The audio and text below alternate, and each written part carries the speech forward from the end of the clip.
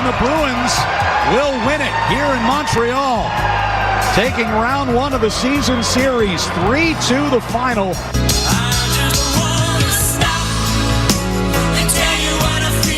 how you start a Sunday morning. That's a little recap of last night's Bruins game. You know, if there's something that can still make me feel as a fan, as a human, beating the Canadians. 3-2 last night. Bruins just playing great hockey right now. Admittedly, I did not see this coming. I did not. Donnybrook. But that makes me feel a little good something. How about that?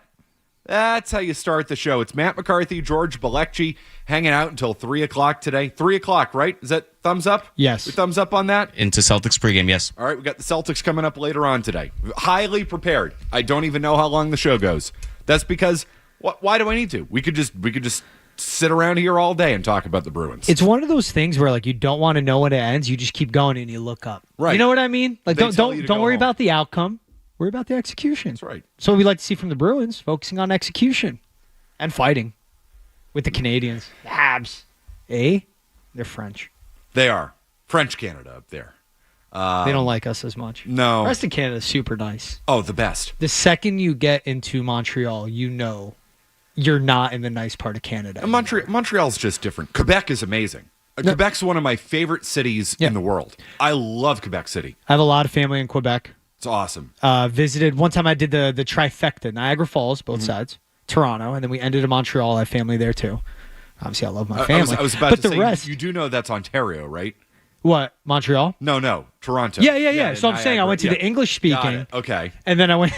You went yes. to the French speaking. And then the second, like you're just in an elevator, like just with a bunch of Frenchies, they hate you. You know, I was going to say, I know you say you have family up there, but I do want to explain the difference between Ontario and Quebec. I'm glad. I'm fully aware. I'm glad. Good. I'm fully aware. I'm glad Trust we don't me. have to start the program that way. That would have been fantastic. Geography lessons with Matt McCarthy. Provinces, baby. And the People's Champ, that's right. I'm the area code guy, so yes. And the best side of Niagara Falls is the Canadian side, though. Oh, definitely. Wait, what's the area code guy? Like you don't know this? You know every area code off the top of your head? United States, I'm pretty in the 90th percentile, I would say. Okay, let me throw this at you. Wayne, New Jersey. Well, Northern New Jersey, that 201, 973, Wayne, where's that by? 973. Okay, yeah, so yeah, see. What? You looked at me like if I had 3 heads, so I was like, No, I thought I I stumped you. I'm amazed. Yes. You can do any area code with George. You give him a number and he'll be able to pretty much pick the location. Madison, Wisconsin.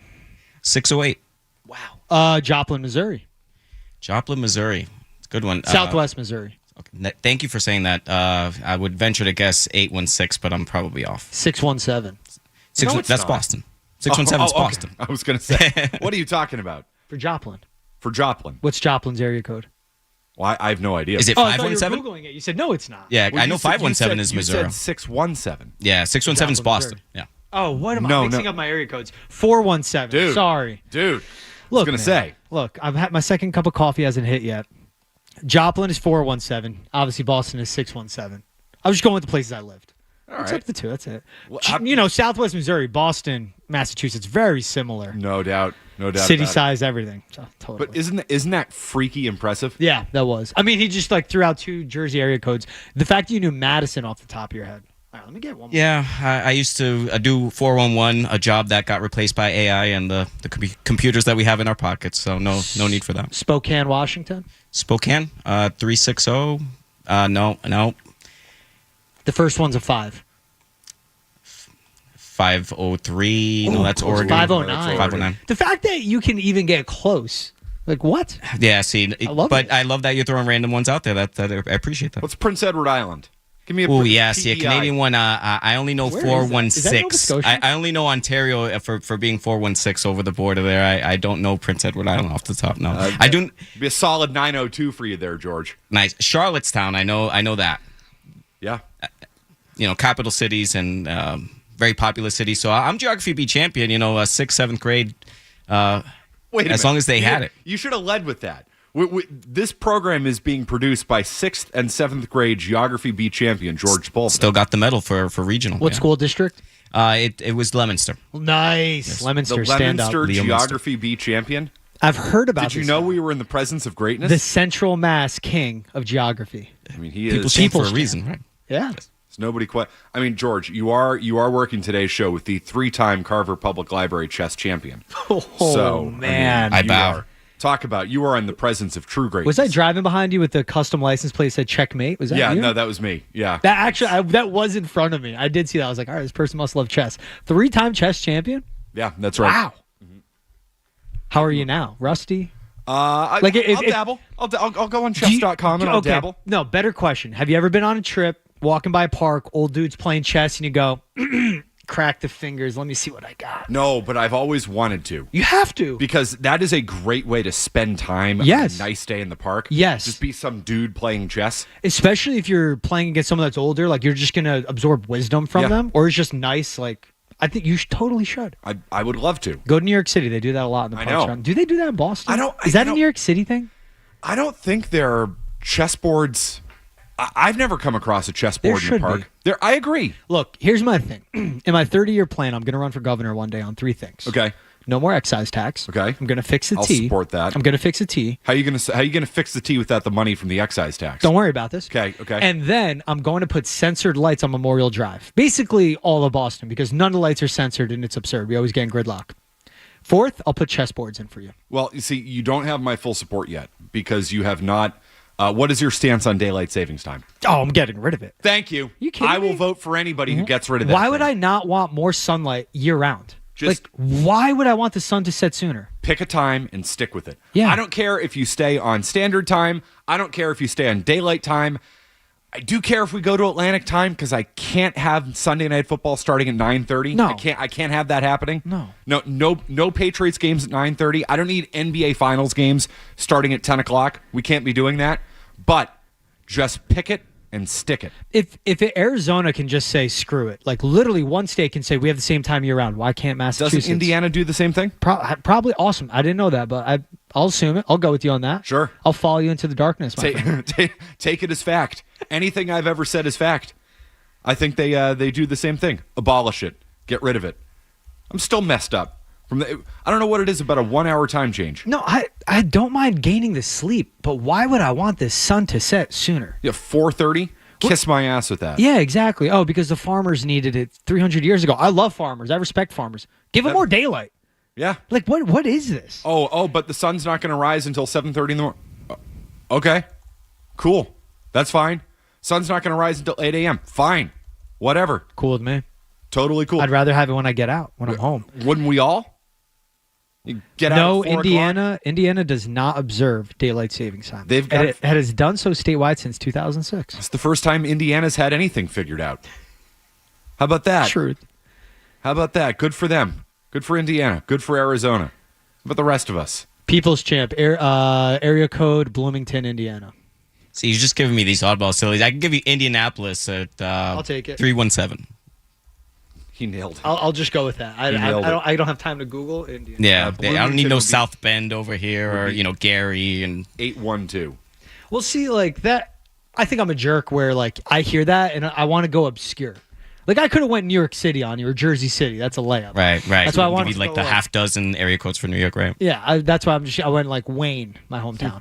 That's why I'm going Joplin, Missouri. Like who knows Joplin, Missouri? It's this time of year, we think about the family, I can't believe I said Miss 'em. 617 instead of 417 for Joplin. Bad luck. McCarthy was the only one that was locked in out of the three of us because right away he's like, that can't be That true. you are. That's literally every impossible. listener.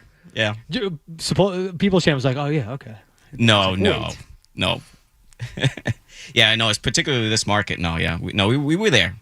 Yeah, you were just. It took a while. It was about a minute before you caught yourself. What's the area code of Montreal, George?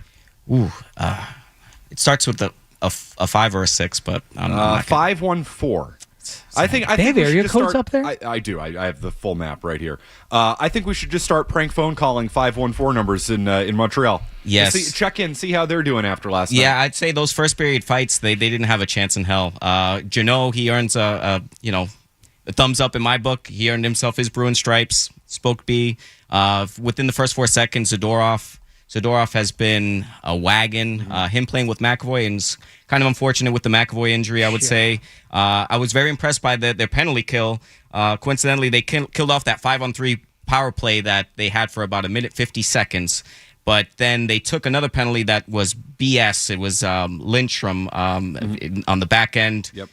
So that interference call was no good. And then it was on that subsequent power play that Matt McAvoy had the block shot, that deflection that went off the face, unfortunately. So that is obviously bad news coming out of last night. And there is no real update this morning. I mean, he traveled back with the team. That's the latest I've seen. Have you guys seen anything more than that? That's all I've seen, yeah. No, I've seen a different angle of the puck hitting the face. And It's not great. Tooth falling out. It's not good. Instantly, you kind of see blood happening, too. Like, insane in slow-mo to see. Yeah. Oof. It's this rubber thing flying 100 miles at you and catching you right on the jaw. I'm good. No, I'm good. I'm not throwing myself in front of that. Like, I understand hockey, toughest athletes in the world. In fact, they can fight on skates. They're insane. College hockey has the right idea with the bubbles and the cages, though. You know, like you have to wear that in college. All of a sudden, you get to the level where it's bigger, faster, stronger, much higher level, everything. And they're like, you know what? Let's just cover the eyes. That's it. You know, George, I like the take because now, as a result of the fact that we don't have that, and trust me, that's going to offend hockey fans all over the place. Oh, because when people wear the bubble in hockey at the professional level, it's like when Bergeron had to wear it a few years ago. He was coming off an injury to his face, so you have to. Some guys have to wear it, but it is the guys who choose to wear it, and it's few and far between. But I think there's a culture. It's like, oh, you're wearing the bubble, so you're lesser than. Here's the thing: in 2025. I actually would like to see the NHL go to that because it's going to keep guys healthier. If McAvoy's wearing the bubble last night, and it's not, nobody's going to wear the bubble until you actually mandate it. Does that keep him on the ice? And is that good for the sport and good for everybody? Is it good for business? Is it good for the player? Is it good for the sport? Yes, it is. I think you're on to something. Go watch college hockey at the highest level. All those guys either wear cages or bubbles, most part cages. And then all of a sudden they get to the pros. It's like, no cage.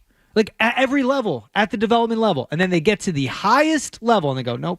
Same thing with the neck guards. Yep. How is that not mandated in the NHL? I was thinking that like randomly watching Friday night, BC was playing and I'm watching. And I'm just thinking how the neck guards are not mandated in the NHL. And this McAvoy injury happens. It's like, why not a cage? You know why they don't have it? Well, A, because of the culture and players are looked down upon if they wear it. Yes. Number 2 is the fighting. Yeah, then it changes the whole thing. You got to take off the helmets. Correct. You got to take off the lids. Yeah. Which is obviously a huge, and trust me, I know a lot of you hockey fans out there would not want to get rid of fighting in the sport. And frankly, I wouldn't want to get rid of fighting in the sport either because it's entertaining and all that. And if you have to take off a bubble to fight, I get it. I understand it. Drop the gloves. Take the helmet off. That's kind of where I'm at. Yeah. That's it. They'll get it down. Of course they will. And it's the same thing of when people were giving like NFL players crap for wearing the protective helmet on top of their helmet. The Guardian cap. I blanked out for a second what it's called. And it was, okay, they're soft because they don't want long-term brain trauma and injuries. And it keeps them on the field. Like, oh, God forbid, I put this extra thing on my helmet to keep me safer and available to play longer. While you're paying me millions of dollars.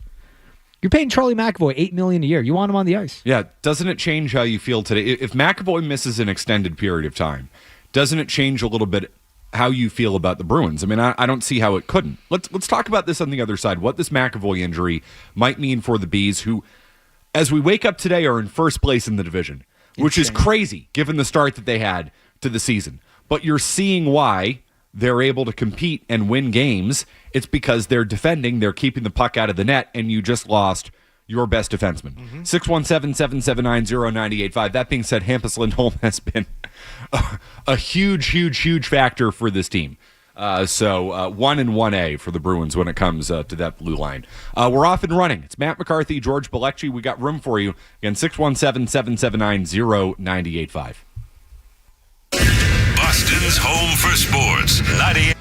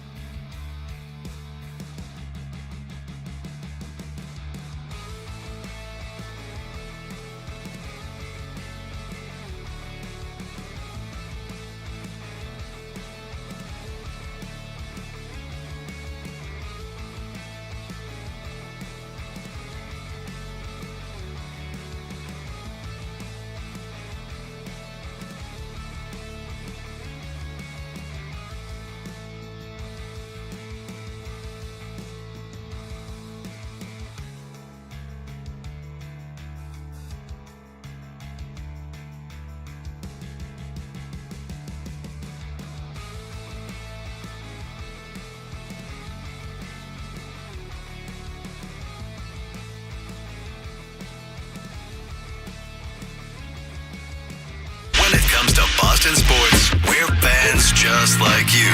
98.5 The Sports Hub. Back to Caulfield at the bottom of the circle. Shot up high on Sleeman. Rebound sat down right in front of the crease. Now Davidoff's got it near circle back over to Dobson. One-timer. And it got McAvoy. Yeah. It got McAvoy up high. And the trainer's quick to get out to him as the play is blown down. Yeah, a lot of blood there on the ice. Got it right in the face. Yeah.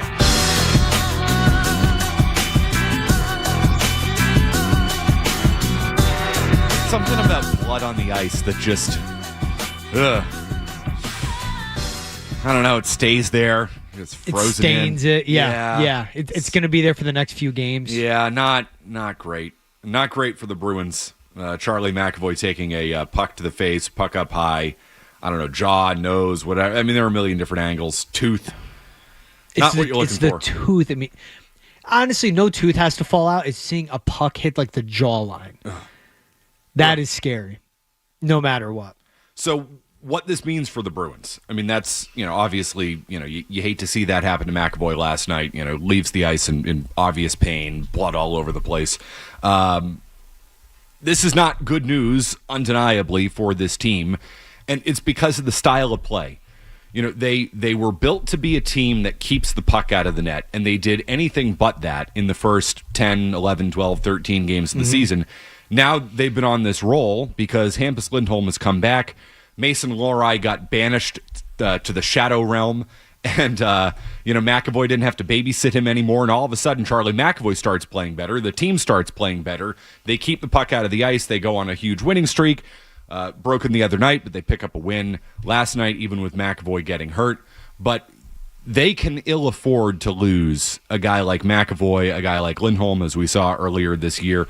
Their depth on the blue line is going to be tested, and I am very concerned that they're going to get exposed as a result. This is also where we saw Yoki Haru be a healthy scratch against the Canadians as well. So that's what seemed like the issue, and eventually they picked it up as you hit on. We saw them allowing all these goals, all these high danger scoring chances as well, like shots in the crease, shots from the dot, just everything where there is a skater skating unchecked in the defensive zone, right in the slot, and scoring easily, getting easy shot on the goalies.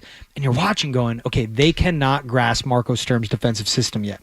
And credit to Marco Sturm sticking with it. It's why you brought him in. For them now to capture this, but lose their best skater end-to-end on the ice. Not their best scorer, not their best player, but their best skater. And some could say their best player in Charlie McAvoy. When he's playing at his height and his potential, that's a massive hit. It's how green this defense is in a new system.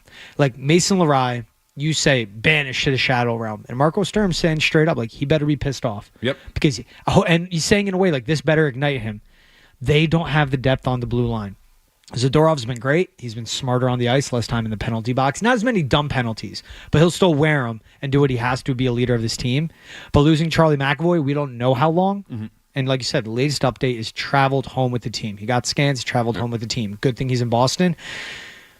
You finally have it figured out defensively, and you lose your best defenseman. Not good. Right. Simple. And Zadorov's been better, and since Lohrei came back, he's been better. But you take McAvoy out of the equation. The McAvoy to Zadorov thing was good. You take, now you put more on Lindholm. You put more, who's obviously been good, but you put more on Zadorov, who's been good. But if you're expecting more out of him, what do you get? You now need more out of Lohrei. Is he going to turn back into the player that he was before he got sat down for a number of games? Like, it's undeniably a major concern. 617-779-0985. How about Jeremy in Maine to lead us off today? Jeremy. Hey, what's going on, fellas? Really appreciate the answer as always. Love the show. I just want to say that last night when I fired up the TV and the game started, and as it went on, I felt like I was 12 years old again watching the 08 Bruins. What Marco Sturm has done with this team is incredible. They've bought in, they're playing with heart, throwing the body, and you get a bunch of no-names trying to make a name for themselves. You look at things like sending Lohrei, and having him be a healthy scratch. Sturm says, you got to be better, the boys follow.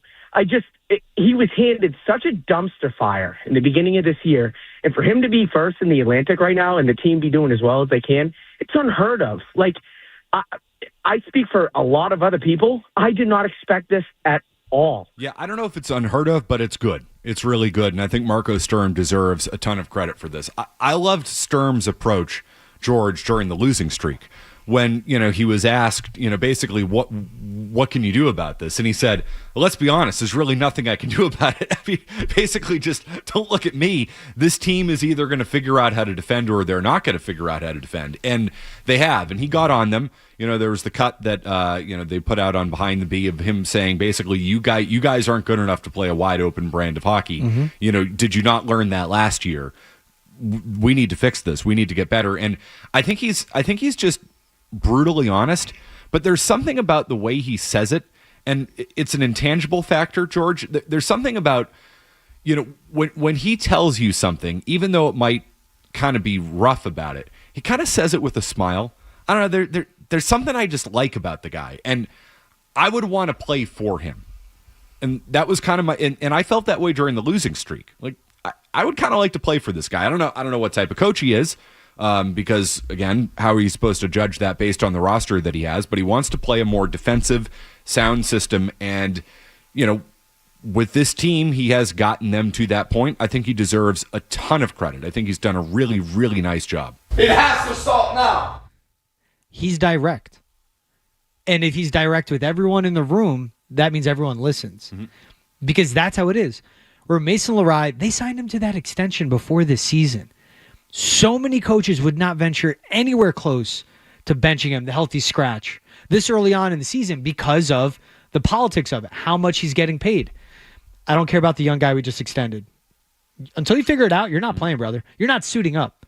And there's nothing that should ignite the fire inside any athlete more than saying, I'm taking your jersey away. And he did that. But it's also, you can look at how he coaches his team where he's direct with everyone. And if he treats everyone the same, the guy making $8 million a year to the guy that's on the fourth line, it resonates. And the best part on what you point out where he goes, did you guys not learn this last year? Like, wake up. How much did last year suck? And are you serious about getting better this year? Then pick it up. Like that. And with Bruce Cassidy, he was too hard on the guys. That's why they fired him. Jake DeBrusk isn't here anymore. With the head coach that followed, it didn't work out, but they bring someone in that can establish a culture. And the one thing, I love everything Jeremy listed out. Dumpster fire, Charlie McAvoy, David Pastrnak, Hampus Lindholm, Elias Lindholm, Pavel Zacha, Jeremy Swayman, Nikita Zadorov. This isn't a dumpster fire. It's not deep, but there's a leadership in the room, and Marco Sturm's getting the most out of them. So I want to talk about the Neely and Sweeney approach to this season. Because I think, let's be honest, during the losing streak, I think a lot of us thought that they might be one of the worst teams in hockey. And they really put themselves out there in saying that they thought that this was a playoff team. They thought they could, play this style of hockey, this brand of hockey, and win. Right now, they're being proven right. Do we need to reevaluate that press conference that they had at the end of last season? We'll get into all of that. 617-779-0985. I see on the phone lines. We'll continue. It's Matt McCarthy, George Balekji here on the Sports Hub. You can't play an open game like this and then hope you're going to win. No! Boston's home for sport.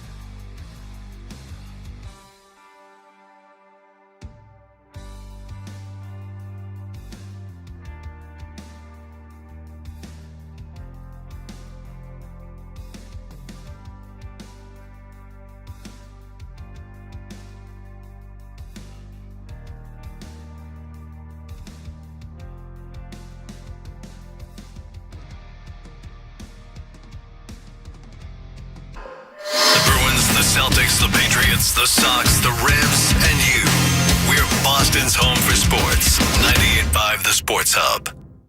Charlie, if I could just return to the question Steve sort of opened with, how long you guys foresee perhaps this reset and build back better. Do you have thoughts in mind? Could you withstand another year without the playoffs? You've been very clear it's a Stanley Cup. If you saw other things, what do you feel about that?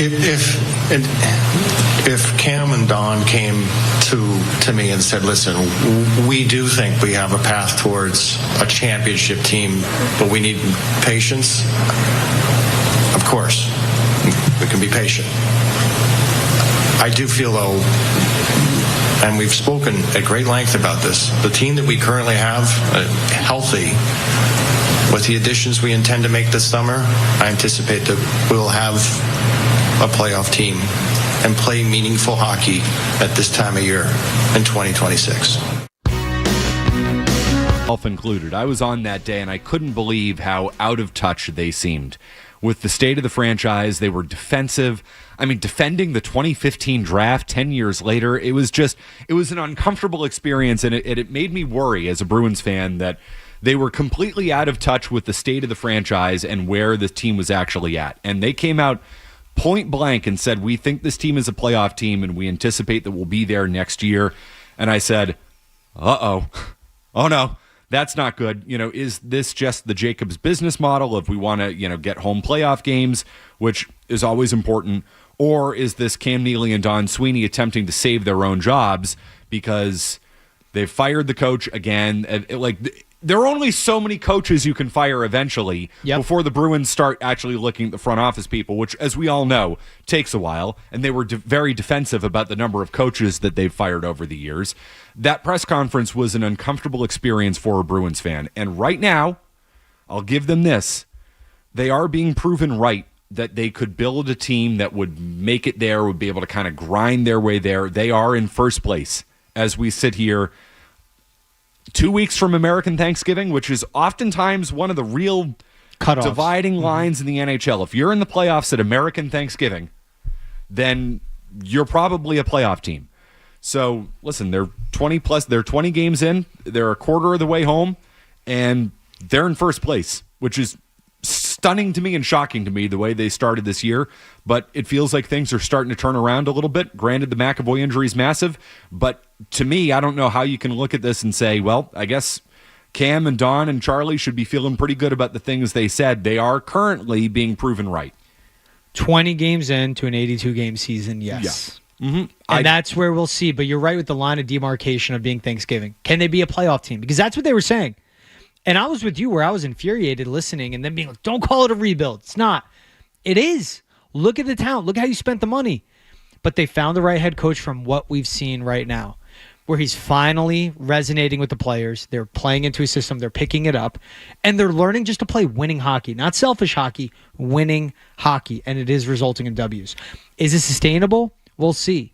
But there are the moments, like the fact that Saturday night in the Bell Center, Nikita Zadorov's like, we're going to drop gloves right off the bat. Mm-hmm. Let's get some juice in this building. Let me get my team behind me, and let's reignite this rivalry in a way. Like a ton of Zadorov just continuing to be a guy that is perfect for the fabric of Boston.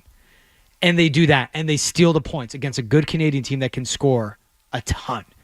And they come out with the win there, finding ways to win night to night. Unironically, how I just made the comment when we opened the show, focus on the execution. Don't worry about the outcome. That's what this team's doing now. Night to night, they're focusing on the execution. And we're all looking up and going, they're first in the standings. Look at that. I don't know how sustainable it is, especially with McAvoy being hurt. I do think there are some real talent deficiencies on the roster.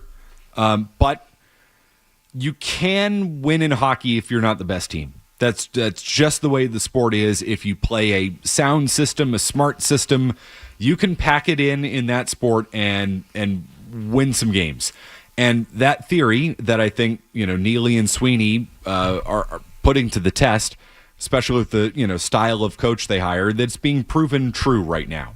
Now, we can have a debate about whether that's ultimately good for the long-term health of the Bruins, because, listen, I was sitting there during the losing streak saying, keep losing. Not for the draft pick. I'm not a tank for the draft pick guy.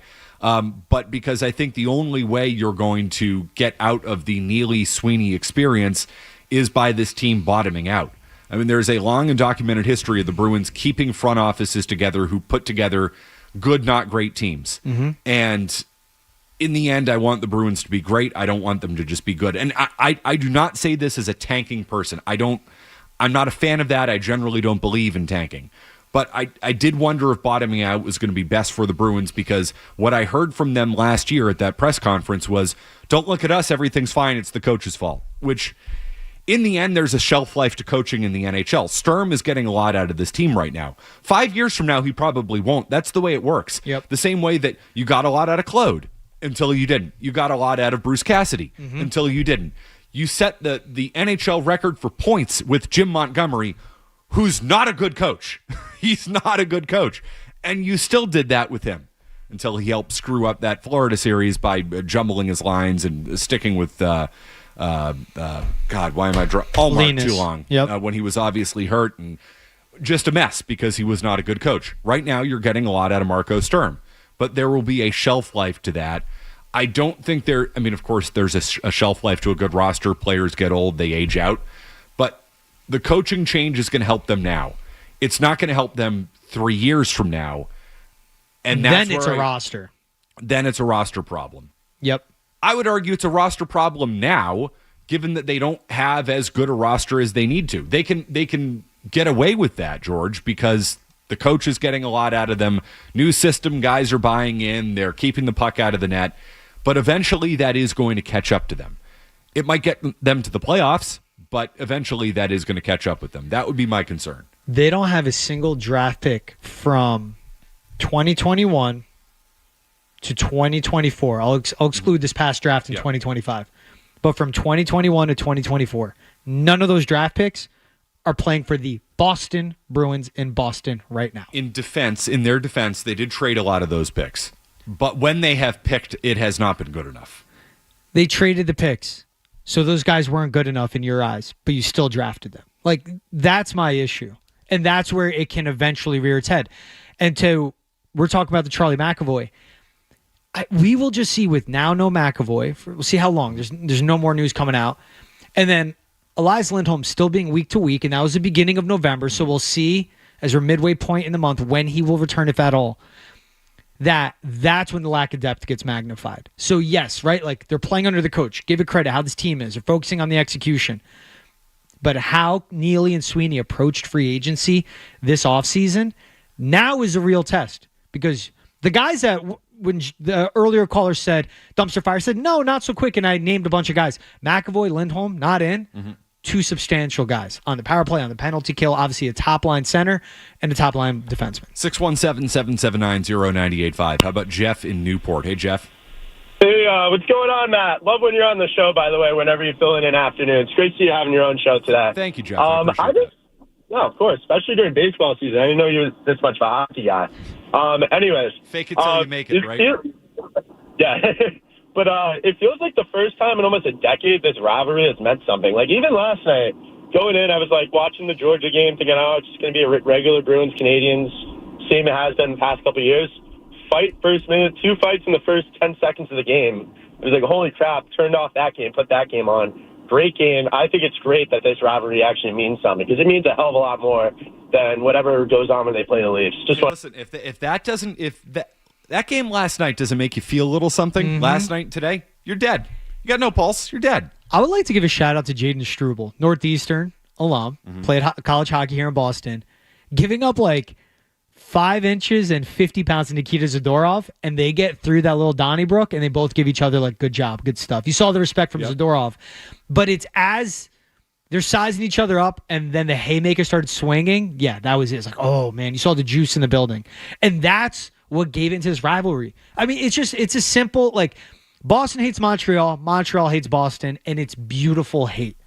And we're starting to feel that happen again, especially as the Canadians, a team that went through a very long rebuild. No doubt. But they stocked up the draft picks. They have the goal scorer in Cole Caulfield. They have a good, player in Jaden Struble. They have a good goalie in their farm system as well, Jacob Fowler. Like, they have these guys. Now it's starting to matter because both teams are competitive, but they're both in the mix.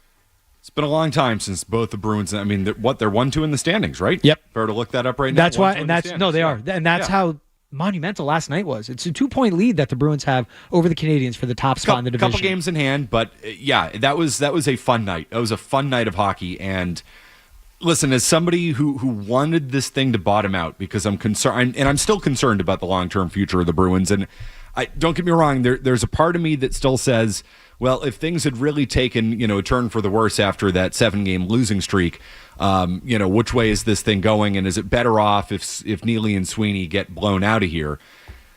I'm not going to deny that last night was fun. Mm-hmm. And that, listen, if you're going to win, go all out. And beat the hell out of the Canadians and have a couple fights along the way. I mean, I as somebody who wanted it to bottom out so they could get rid of Neely and Sweeney, that does not mean that I'm not enjoying this, because in the end, I just want them to win. I just do. And this 8-game winning streak snapped the other night, pick up a win last night in the style in which they did, the manner in which they did that makes you feel good. 617-779-0985. You had a thought? And that's big on how they bounce back from the loss in Ottawa. Like that can't get overlooked. And that shows coaching, that shows culture.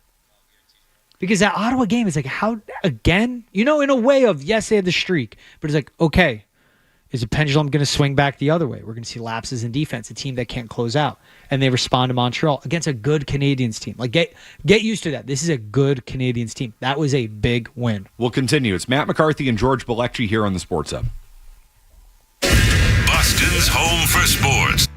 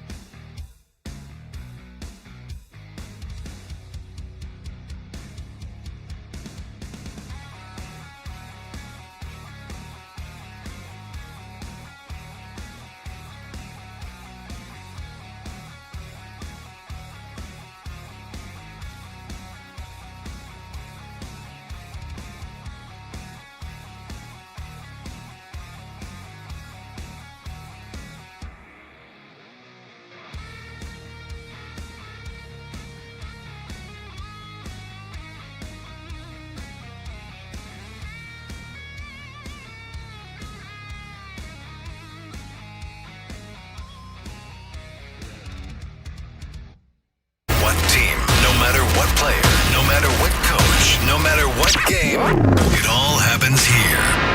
98.5 The Sports Hub. And here's Pasternak off a feed from Geeky just outside, and he scores! Pasternak going back and forth in front of Hildeby, and he gets number 400 in his career, and the Bruins have a 4-1 lead. And everybody off the bench right now to congratulate Pasternak. Cool. Matt McCarthy, George Balekji. I'm pro celebrate. 113th player in the history of the league to reach 400 goals. 6th player in the history of the Boston Bruins franchise. 400 goals with them. 113th. Yep. A lot of guys have played in the NHL. It's a magic number. One of the top 113 in everything. In the NHL. How many guys have played in the history of the NHL? Many. Thousands. Many. Maybe 10,000. Maybe 500. Something like that.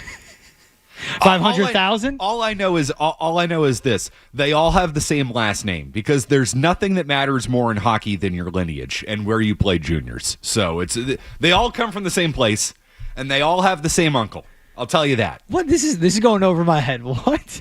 Oh, it's hockey people. Yes. His uncle play. Yes. Who cares? Who cares who his uncle is? Can he play? Yes or no? Mm-hmm. Well, he played for he played for the Manitoba Moose.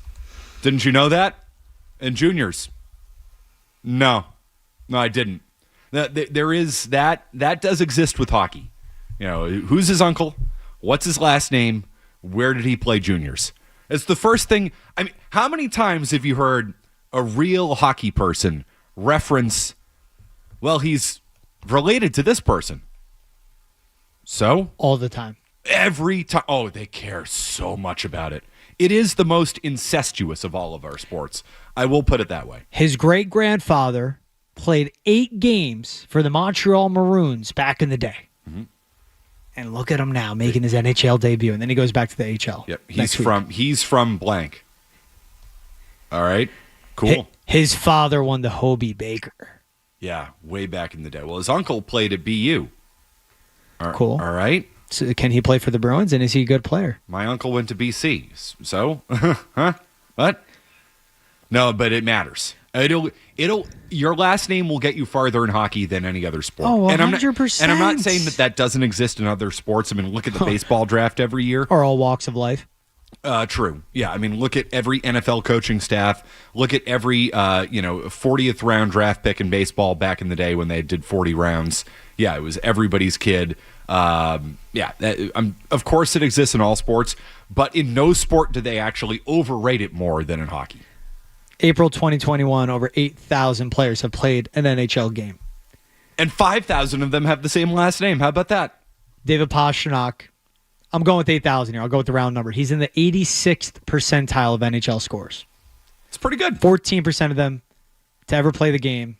Maybe my math's a little off here. I was told there was going to be no math, dude. Whoa. I'm so wrong. 1.4% of NHL players have scored 100 career goals. 400 career goals. I mean, that's pretty good. That's a pretty good number. He's in the 98th percentile of NHL players. Celebrate on the ice. 400 career goals. That's a big achievement. Kevin Majori had... Catch me up on this. So I kind of missed this. Yeah, basically all Majori said, and I'll bring up the tweet, is, let's see. I'll be the dweeb. Entire team coming out for the 400th goal is kind of dumb.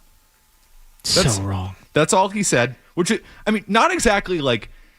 He's not in your face about it. He's like, listen, I probably know this is not the best, but like I don't really care that you're all coming out for the 400th goal.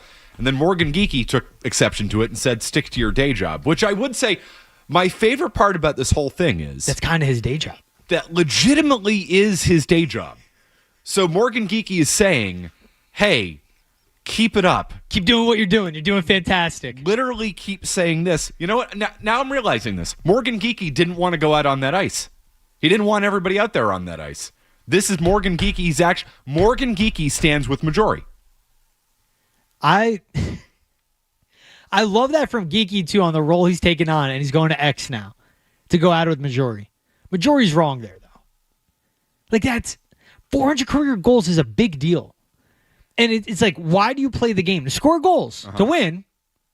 But also, like, you need goal scorers. That's a big effing deal. There's something, though, about 400. I don't know the number.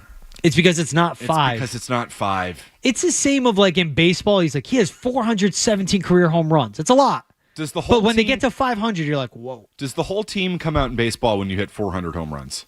I can't remember last time I saw someone reach that milestone. Did it happen this past summer? I mean, listen, I'm sure it does happen, and I think the reason you can't remember is because it doesn't happen.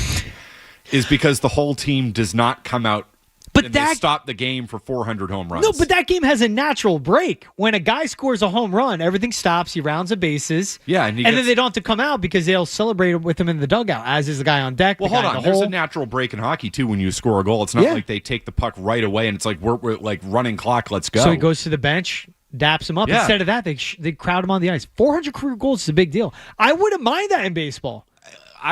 Baseball is that bigger break of like you are going to celebrate with everyone, however you want. I mean, we've seen laundry carts, like that.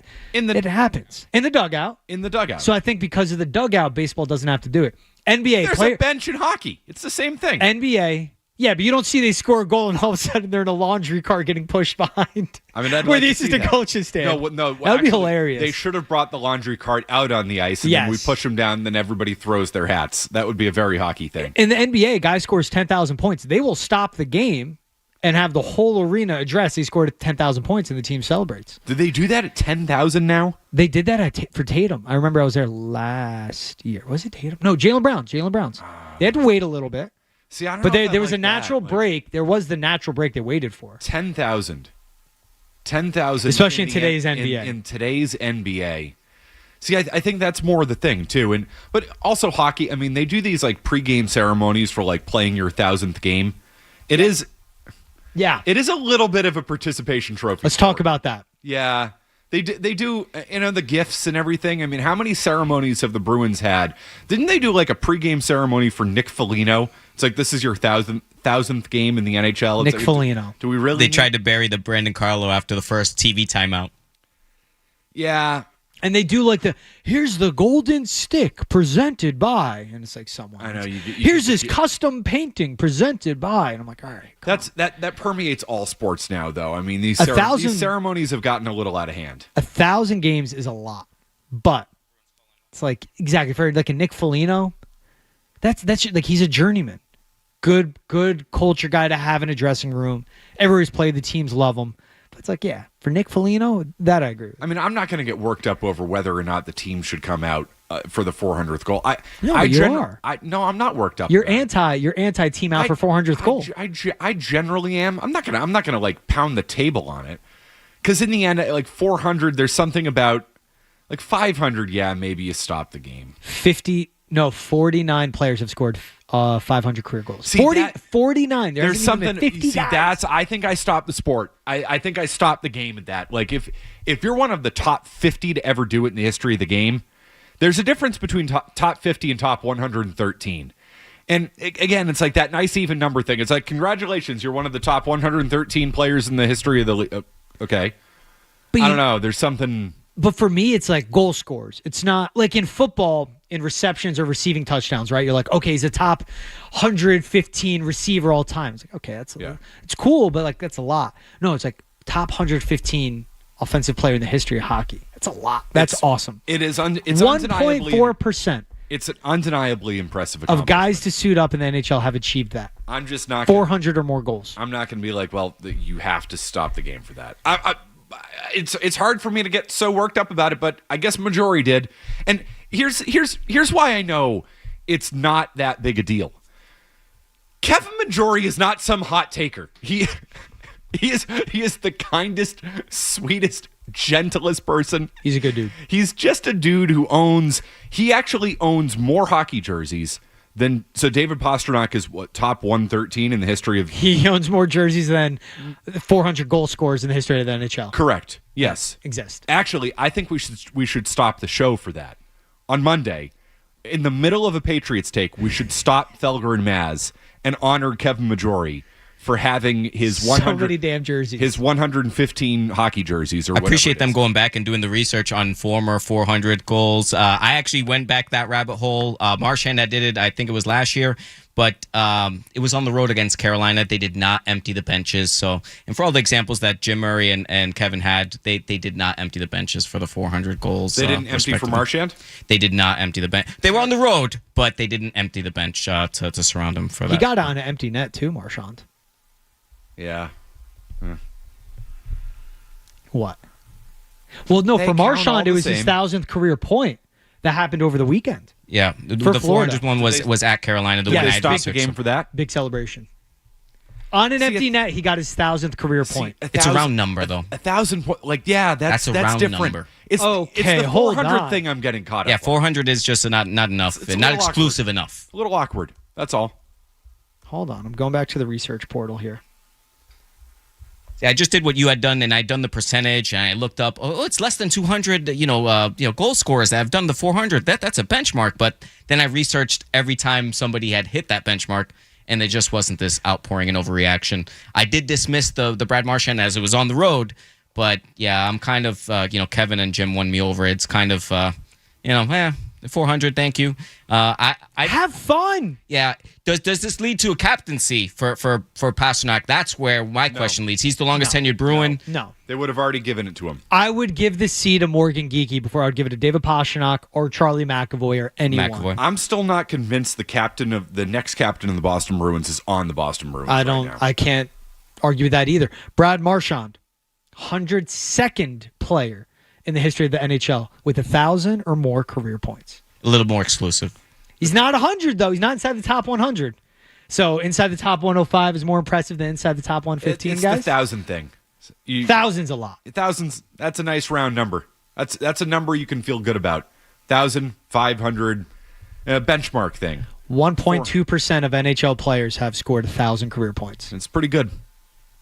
Pretty good. 1.4% Yep. have scored 400 career Yeah, goals. it's the 400 thing. It's a 0.2% for you. You put a 5 instead of that 4. Talk to me.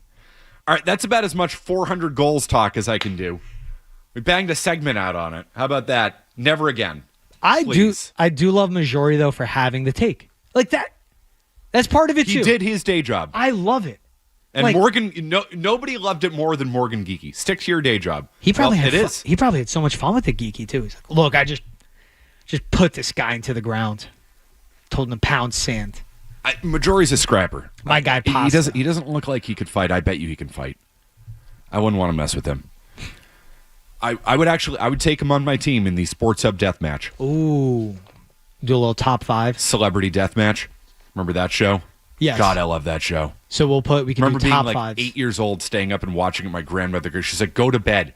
Like, no, Grammy, I'm watching celebrity death match. I gotta say, I think number 1 overall pick for me would be Big Jim Murray. You too, McCarthy, but No, your you don't- height. You don't want me. Okay, so I'll go I'm a Murray waste of height, man. because Murray seems like a guy that'd be really simple of like a hockey fighter, grab you by the collar, keep you out because he's tall and he's got Right, long no, arms, the and will reach. just wallop you. Yeah. He would just be a quick 1-2, you're done. The reach is all I have, but if you get to me, I'm cooked. Murray, like he seems like the guy, Big Jim Murray, where he'd be like pissed it's happening, so he wants it to end as quick as possible. So he becomes efficient. Just You got to pick the angry people.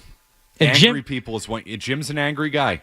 Felger is Milliken. too, but I wouldn't take Felger in this. No, I don't want him on my side. I'd murder him. He'd be dead.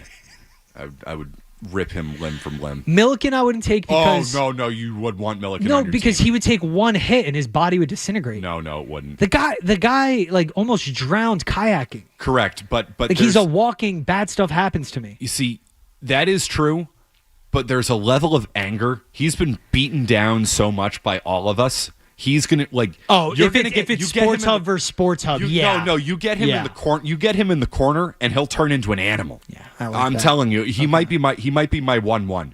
I'm picking him. I'm taking Big Jim. I'm taking Milliken. There's Milliken and Hardy. There's a people of just Hardy? Oh yeah, angry Nicest guys. human. I know. I know. Wait, what? Yeah, but angry deep down. Sat next to Zolak for all those years. Now has to sit next to Fred. Do you imagine the amount of pent up rage that And must frustration. be built into? Those are the people you want in the fight. Milliken, Hardy, people have just been beaten down over the years. Stu, I want Stu on my team. Common denominator, Scott Zolak. Yeah. Between Hardy and Milliken. Anybody who's been there, yeah. There's got to be a lot of pent-up frustration and anger. I want them on my team for the death match. All right, I like this. Put them in a cage. I'd put together the best death match team so long as I'm not out there. I can see Dundaro being scrappy. Like quick. What's he going to do, spit on you? I think he'll fight dirty. Yes. No, he'll fight dirty. Oh, the guy who spits all over the studio is going to fight dirty? I think he'll so. like claw your eyes, kidney shots. Yeah. He'll be like, I'm just going to, whatever takes you down. The only problem is he's like 5'4", so like. But he's going to be eventually- quick. Yeah, Don't overlook the speed. Yeah, no, there's going to be speed, anger, deception. But if you get to him, I mean, he's dead because he's tiny. He won't let you, but he knows that and he won't let you get to you'll him. be on top and he'll just start spitting on you and just be beating him down. And he'll get you sick. I'm getting pent up frustration on the guy sitting next to me. Maybe McCarthy might be higher up my ranks. You don't want me. I'll go Jim 1-1 and then I'll go McCarthy 2-1. I want height and length. No, the length. I'm telling and you, then it's a Joe waste. 3-1. It's a waste. You don't Just want me. size. I will disappoint you so much. I'll be knocked out in 2 seconds. You just won't care. You'll be like, I'm good. Put me out of my misery. Yeah, I'm a lover, not a fighter. You are. I'm just, Quick update from George. We're right back with you. I'm going to kill Don Darrow. I swear to God. From the Telfair Tire Studios, WBZ FM and HD1. It's not just the games. It's Toucher and Hardy, Zolak and Bertrand, Felger and Maz, Joe Murray. For Boston sports fans, it's 98.5, the Sports Hub. Beasley Media Group Station. Essential Sports Hub headline presented by Celsius Energy Drinks. Dolphins and Commanders underway in Spain.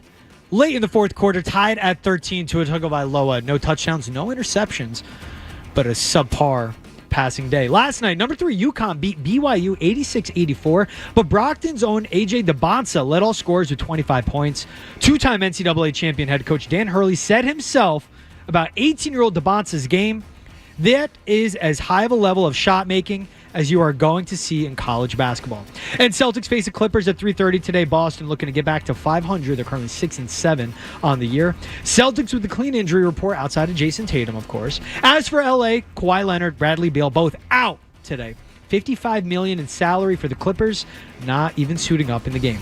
This hour of the Sports Hub headlines is brought to you by Super Service Today. Winter's coming. Don't get caught in the cold. Super Service Today gives your home a full heating system, health, and safety check. The most thorough in New England, guaranteed. Book now at superservicetoday.com. I'm George Balekji. Your next Sports Hub headlines coming up at 1 o'clock. Boston's best sports talk. There's an app for that. Download the Sports Hub app for loads of stuff. Absolutely free. Connect with the shows, get podcasts, and more. Get it where you get your apps. Or at 985sportshub.com. Boston sports. Yeah, we got that covered.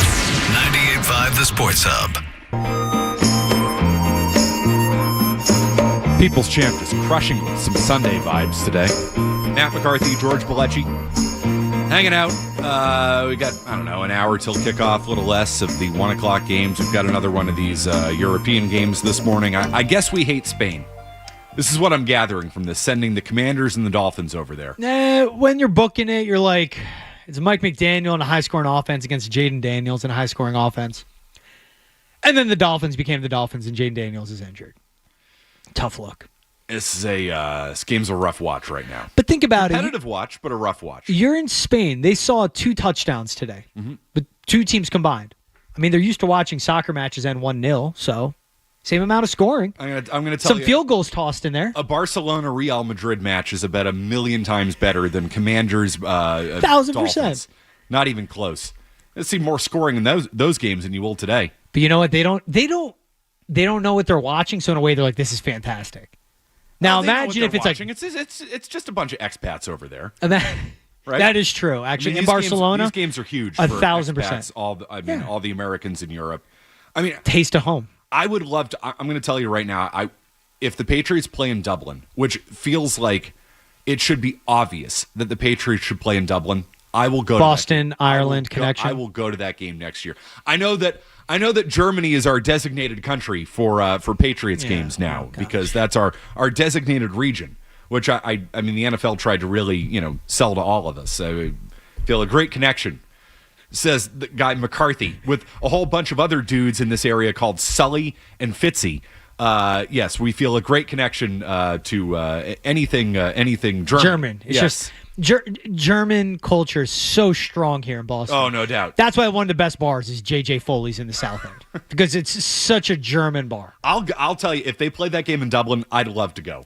That would be awesome. I like where your head's at. So my buddies and I, we were going to do the Bengals-Buffalo game in Buffalo this season. Second Joe Burrow went down, I was like, I'm good. I'm not going to freeze my ass off. Also, I'm like, I'm going to Buffalo, New England here in July. I'm like, let me save the trip to Buffalo. Have you been out there? No, and I should before the stadium gets torn down. Take. I know. It's a great take. I'm gonna miss it. And I'm bad. I'm not going. I've been to Lambeau though. Again, bucket list put Lambeau. But it's not about the stadium though. It's about the tailgate. Yes. All right. Fair. I mean, it's everything. Like who cares? I mean, it's a. I hope that doesn't go anywhere. Stadium's a dump. But it doesn't matter. You're not there. Oh, same thing. Green Bay, great tailgating. Point I'm making though, I like where your head's at. Instead of like going to it just shows how jaded I am. Mm-hmm. I would rather drive within the states to a college football game in like Knoxville or I lived in Madison. Never driving to Knoxville ever again. I'd fly and then I'd figure it out. You also can't fly to Knoxville. It is you can't. It is an impossible place to get to. That's the beauty of college football too.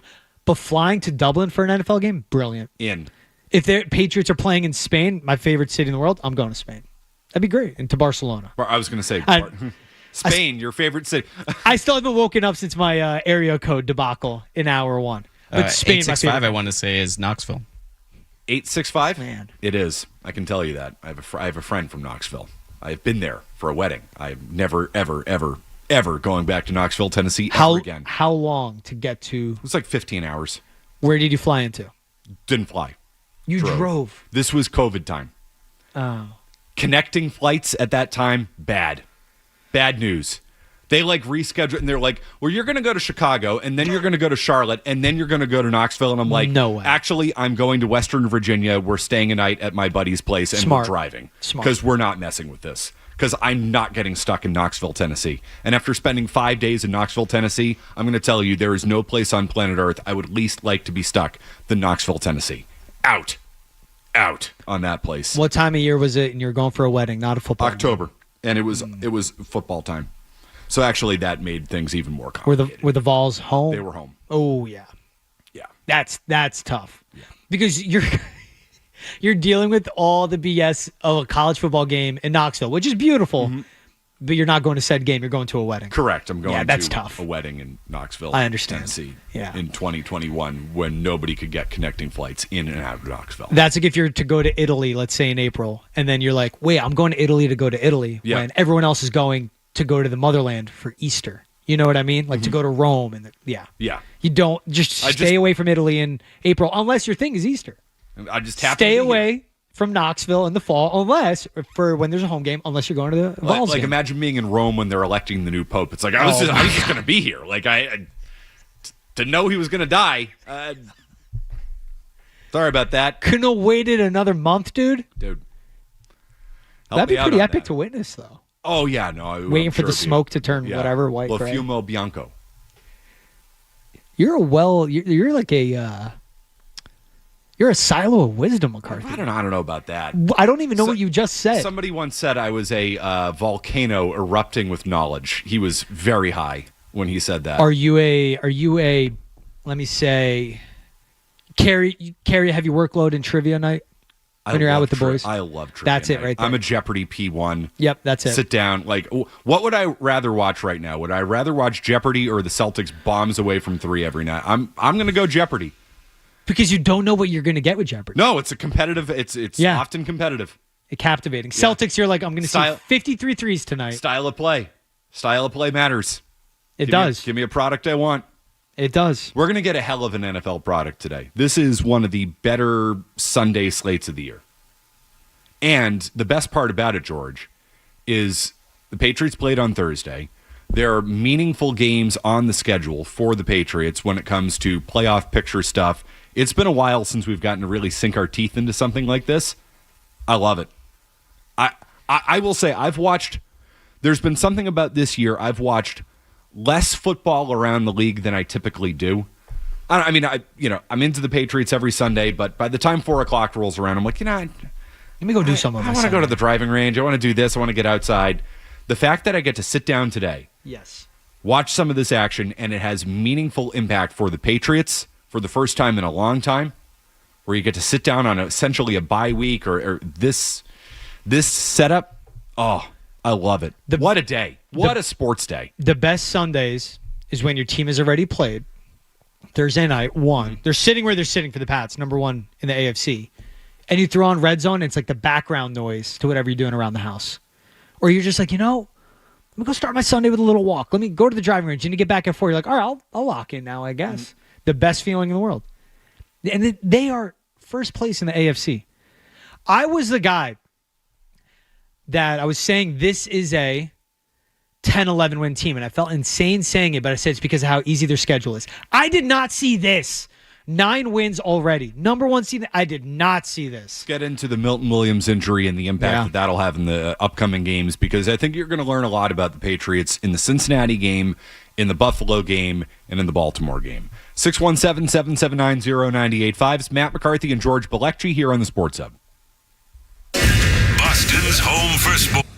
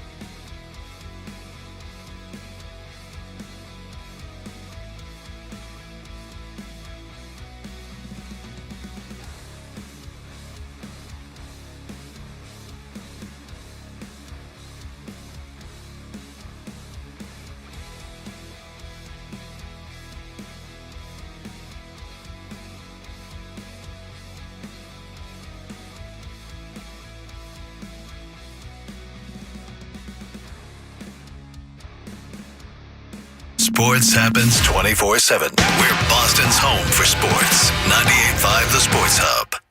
Play clock winding down. Tua on 4th down. Pressure coming. Tua in trouble. Down he goes. Milton Williams. The big free agent ticket in the offseason seals the game for the Patriots.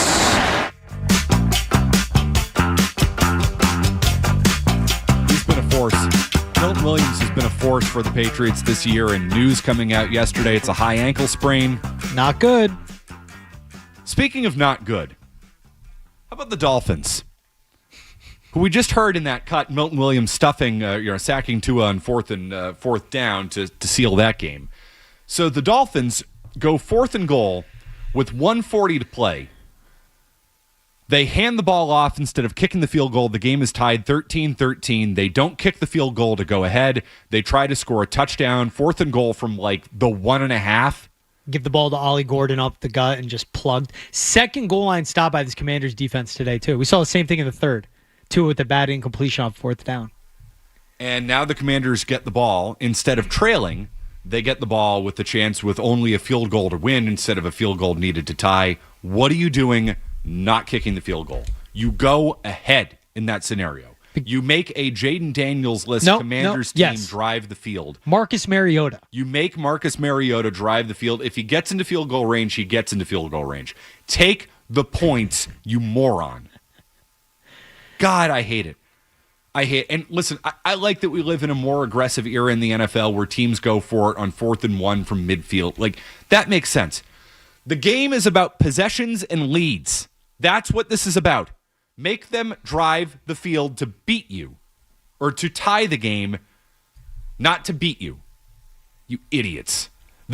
By the way, this is the perfect spot where you fire Mike McDaniel on the way back from Europe, right? How many times do we see bad teams go over to Europe because the NFL doesn't need to send good games to Europe? Because it's 9:30 games and just send garbage teams over there. How many times do you see coaches get whacked on the way back? Well, especially because everyone's watching this. Mm-hmm. Like, we're mocking it. It's Commanders, it's Dolphins. Yeah. The diehard NFL fans are waking up and they love it. Start your day with NFL football. This is essentially a primetime game. It's just in a morning slot. So you're getting embarrassed in front of the entire league. Yeah, he's done. You're getting embarrassed in front of the East Coast. I'm going to tell you right now, if I'm on the West Coast, there is no way I'm getting up at 6:30 in the morning to watch one of these games. But that's what they do on the West Coast to watch EPL. Yeah. So the high-level soccer in Europe. Yep. So you know what? If they like football, they'll do it. I know people will do it, but me? I get what you're saying. I'm not getting up early for anything. You, as a Patriots fan, in said scenario of living in California, will not wake up at 6 a.m. to watch the Dolphins Commanders. Correct. And that's totally, I agree. I would do Dolphins the same fans thing. living out there, I would. I would. But yeah. But a neutral NFL game at 6:30 in the morning, a neutral anything game at 6:30 in the morning. I'm good. Maybe World Cup. That's it. Yeah. But it's an every 4-year thing. That's probably it. Or this would have to be, say I'm not a Patriots fan, this would have to be Mahomes, Drake May. I don't even know. This would have to be Burrow, Mahomes. I like my sleep too much. But you're right. If it's a big time match. Marcus Mariota against Tua Tagovailoa. Out. I'm good. I don't even want to watch this now. I mean, I am. I'm compelled by it. But this could be on at 1 o'clock, 4 o'clock. It could be on middle of the day on a Tuesday. I'm not watching. I'm watching. I'm not saying I'm feeling good about it. You're not locked in. Well, I mean, I'm kind of locked in. After a coach makes such a boneheaded decision, I will get locked in. We're enamored by this now. And it is Marcus Mariota now driving, too. But to your point, that's exactly it. Take the points. It's been a stalemate. They finally got a touchdown, the Dolphins, on the prior drive. Yes, it's 4th and short yardage, but you have no push at the line of scrimmage. Take the points, kick it off, and make Marcus Mariota beat him. It's already 3rd and 6. Coaching matters. Coaching matters in the NFL, and I think from a pure decision-making standpoint, oh, look at this. The Dolphins are almost certainly going to lose this game now because Mariota just hit like a 20-yard pass on 3rd and 6. 3rd and 6, you give up the sideline, and then the yards after catch turns this into a big game. Nice whip route. I don't even know who 84 Jones is for the Commanders. This is beautiful. That was a nice route. Us locked in on this, saying how much this game sucks, and we wouldn't care. I can't wait to not be locked in on I can't look away. But it's the flashing things in front of my eyes. You know? I mean, what can I say? It's the fender bender car accident you saw happening as you're walking out of Target with your groceries. Oh my God, Jesus, that's You're not like, good. I want to get home, but I kind of want to see how this unravels. I want to see how this plays out. No, I do like a good take a look at this thing type of experience. Run the ball in 1st and 10. You don't have any timeouts. Well, because out of the gun, field goal kickers can kick 60 yards no problem. Now. True. I don't know. Is that a problem for the league? I don't have the scouting report on the Commanders kicker. No, it's more points. I think it's kickers are too good. Problem for the NFL. Yeah, I do. Let me hear this one. No, because I think it gets a little bit gimmicky. The same way that I would say, and it's nowhere near to this level, right? But there's so many good shooters in the NBA, so everybody just shoots from all over the place now. Mm-hmm. Well, in the end, do the fans want that product? Yes or no? No, not too many threes. So do they want all these field goals? No. But the quarterback play is so good, and the offense is still so good. Eventually, 7 matters more than 3. So quarterback touchdowns play, are the 3-point shots still. Yeah, agreed. Like field goals are a layup. But and you'll pass up on layups to get your 3. You say quarterback play is so good. Is quarterback play really good, or is it just the easiest era in the NFL to ever play quarterback? The fact that we're resurrecting Daniel Jones and Mac Jones from the grave, Sam Darnold, says something about the era and not the actual talent. Geno Smith before he got to Vegas. Yeah. But it's also, I think it's the offensive systems as well. Yes, it's like the rules skew in favor. Oh, how do you drop that, bud? The rules skew. Is he okay? Oh, he's definitely okay. He's just faking an injury because he dropped the pass, which I would totally do as well. If I dropped a pass, I would grab my ankle faster than anybody. Rules skew in favor. They would be stretchering me out. Thumbs down. Oh, that's a bad drop. Thumbs down to the crowd on the way out. So yeah, no, he goes and grabs his hammy right after he drops the ah. Well, he didn't know if it was hamstring or his shoulder separating, so Right. he played off both. Yeah. Yeah, it's bad, bro. Especially goes off the face mask. 2 hands. Basket. The rules skew in favor of the offense, no doubt about it. But it also is the fact that we've seen so many leaps in scheme, and it actually does matter. You say it's overrated, but when you're with a good play caller, these schemes suck. McDaniel's scheme is good. He just can't be a head coach. And the roster construction sucks. But it's quick, get the ball out fast, and literally throw it where I'm telling you to do it, right? That's what we saw resurrect Sam Darnold's career. But to your point, when the Vikings got to the playoffs and they were matched up with the Rams, Sam Darnold became Sam Darnold. No matter how good the Seahawks look right now, and I was a Darnold believer last year, I'm not getting Sam Darnold from the playoffs out of my head. The scheme thing is so overrated in the NFL. I call it big coach. Matt, we're seeing it in New England every game. No, you're not seeing this. McDaniels has done a nice job calling plays. He's done a great job. And I've defended McDaniels more than most. Kayshon Boutte is one of the best deep down the field receivers. Is that because of Josh McDaniels and the coaching scheme, or is it because Drake May is an MVP quality quarterback? Yes, to both. Drake May can put the ball there. His strength is his arm strength. Kayshon Boutte has no business being a down the field receiver. He doesn't have that speed or that top tier athleticism. But it is McDaniels coaching Kayshon Boutte and understanding the scheme, setting up plays. And as it was on that touchdown pass he had down the field where McDaniels, a mic'd up moment, saying, basically calling it out, if this happens, throw it there. And Drake May listening. Drake May is an MVP caliber quarterback because of Josh McDaniels and his ability. No. Josh McDaniels' scheme is working because of an elite quarterback like Drake May, because this receiving room is not that good. So, and listen, I defended the McDaniels. Chicken, egg. I defended the McDaniels hire all summer long. Because people wanted, and you go back 2 years. Oh, get me Zach Robinson. Oh, the next young, hotshot, sexy offensive mind from the Sean McVay system. Look at that. I mean, you want to talk about scheme? I mean, does not go under center. It's this pony pistol, just rinky dink crap. I hate that design, and I'm not like a Mr. Big talk to me about your scheme, talk dirty to me, talk football, talk X's and O's to me. Oh, make me take my pants off for the X's and O's. That's not really who I am, because in the end I think players play, and I defended the McDaniels thing more than anybody. Drake May is not Drake May because of the McDaniels scheme. Where McDaniels deserves credit is he is teaching May how to play the position, how to be a smart quarterback, to not turn the ball over, to not be reckless. He's coaching situations. The scheme stuff is so overblown. It's so overrated. Oh, well, look at that play design. Yeah, well, you know why that play happened is because the quarterback's good. That's why that play happened. And in the end, because, Sam Darnold and, Kyle Shanahan, look at what he's doing with Mac Jones. Oh, look at how sexy that scheme. It's going to catch up with them because in the end, Mac Jones is not going to be good enough. Yeah. And Brock Purdy's not going to be good enough. And Sam Darnold's not going to be good enough. So drop the sexiest plays you've ever seen in your life. It's not going to matter if your players aren't good enough. The reason the Patriots are good is because Drake May is good. Period. End of story. But Drake May making this leap this quick is because of Josh McDaniels, Thomas Brown. Not because of the play designs. Yes, it is. No, it's not. How are these guys getting open? Kayshon Boutte has proven me so wrong. I thought this is a guy that wouldn't make it out of camp because so many other guys are more talented than him. Mm-hmm. But his chemistry with Drake May is all that matters. Hey, go there. He catches it, and Drake knows he's going to put the ball on the dot to Kayshon Boutte and comes down with it. Stephon Diggs at his age coming off the torn ACL. Pop Douglas emerging how he is. Pop Douglas is shorter than me. I'm 5'7". I might be embellishing a little bit, but I think he's pretty much eye level with me. And is going out and making big plays. Hunter Henry, not the most athletic. He's like a C-plus tight end. He's okay. No, he doesn't block well. He's not athletic, but he's sure-handed. He knows how to get open. Travion Henderson could not figure out how to diagnose a run play post-snap the first 5 weeks of the season. Now, as number one running back, the first 2 touchdowns he scored, where I thought he was dead to his rights, maybe 2 yards beyond line of scrimmage, but he understood the cut black lane and knew what he was looking at.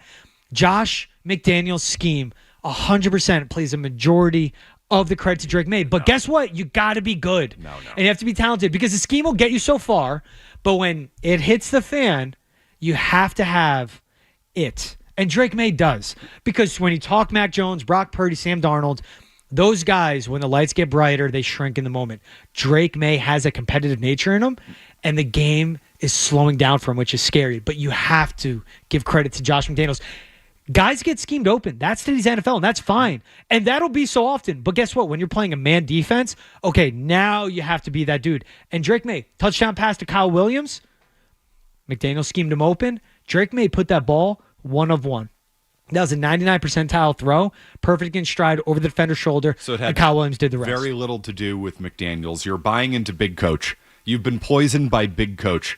The coaching industrial complex, these guys want to make themselves seem more important than they actually are. It's the Matt Patricia's saying, I have one of the greatest plays in NFL history. No, Malcolm Butler. Right, but that's how it is. When things go well, that was my play. That was my scheme. That was my design.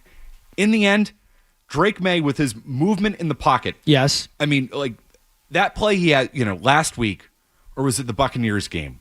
Where, he avoids 2 guys in the pocket, keeps his eyes downfield, and hits the receiver crossing over the middle. Is that Josh McDaniels and Mike Vrabel? Which actually, this is where I'll give them credit. What they drilled into Drake May is, good job being a passer. Stay a passer, stay a passer, stay a passer. That's coaching. That's what matters. Not, well, he's going to go here, and then he's going to cut left, and he's going to cut right. Oh, we overrate that so much. Big Coach, you've been poisoned by Big Coach. 617-779-0985. But you ignore the fact when I say when Drake May puts a ball where is in a 1 of 1 throw.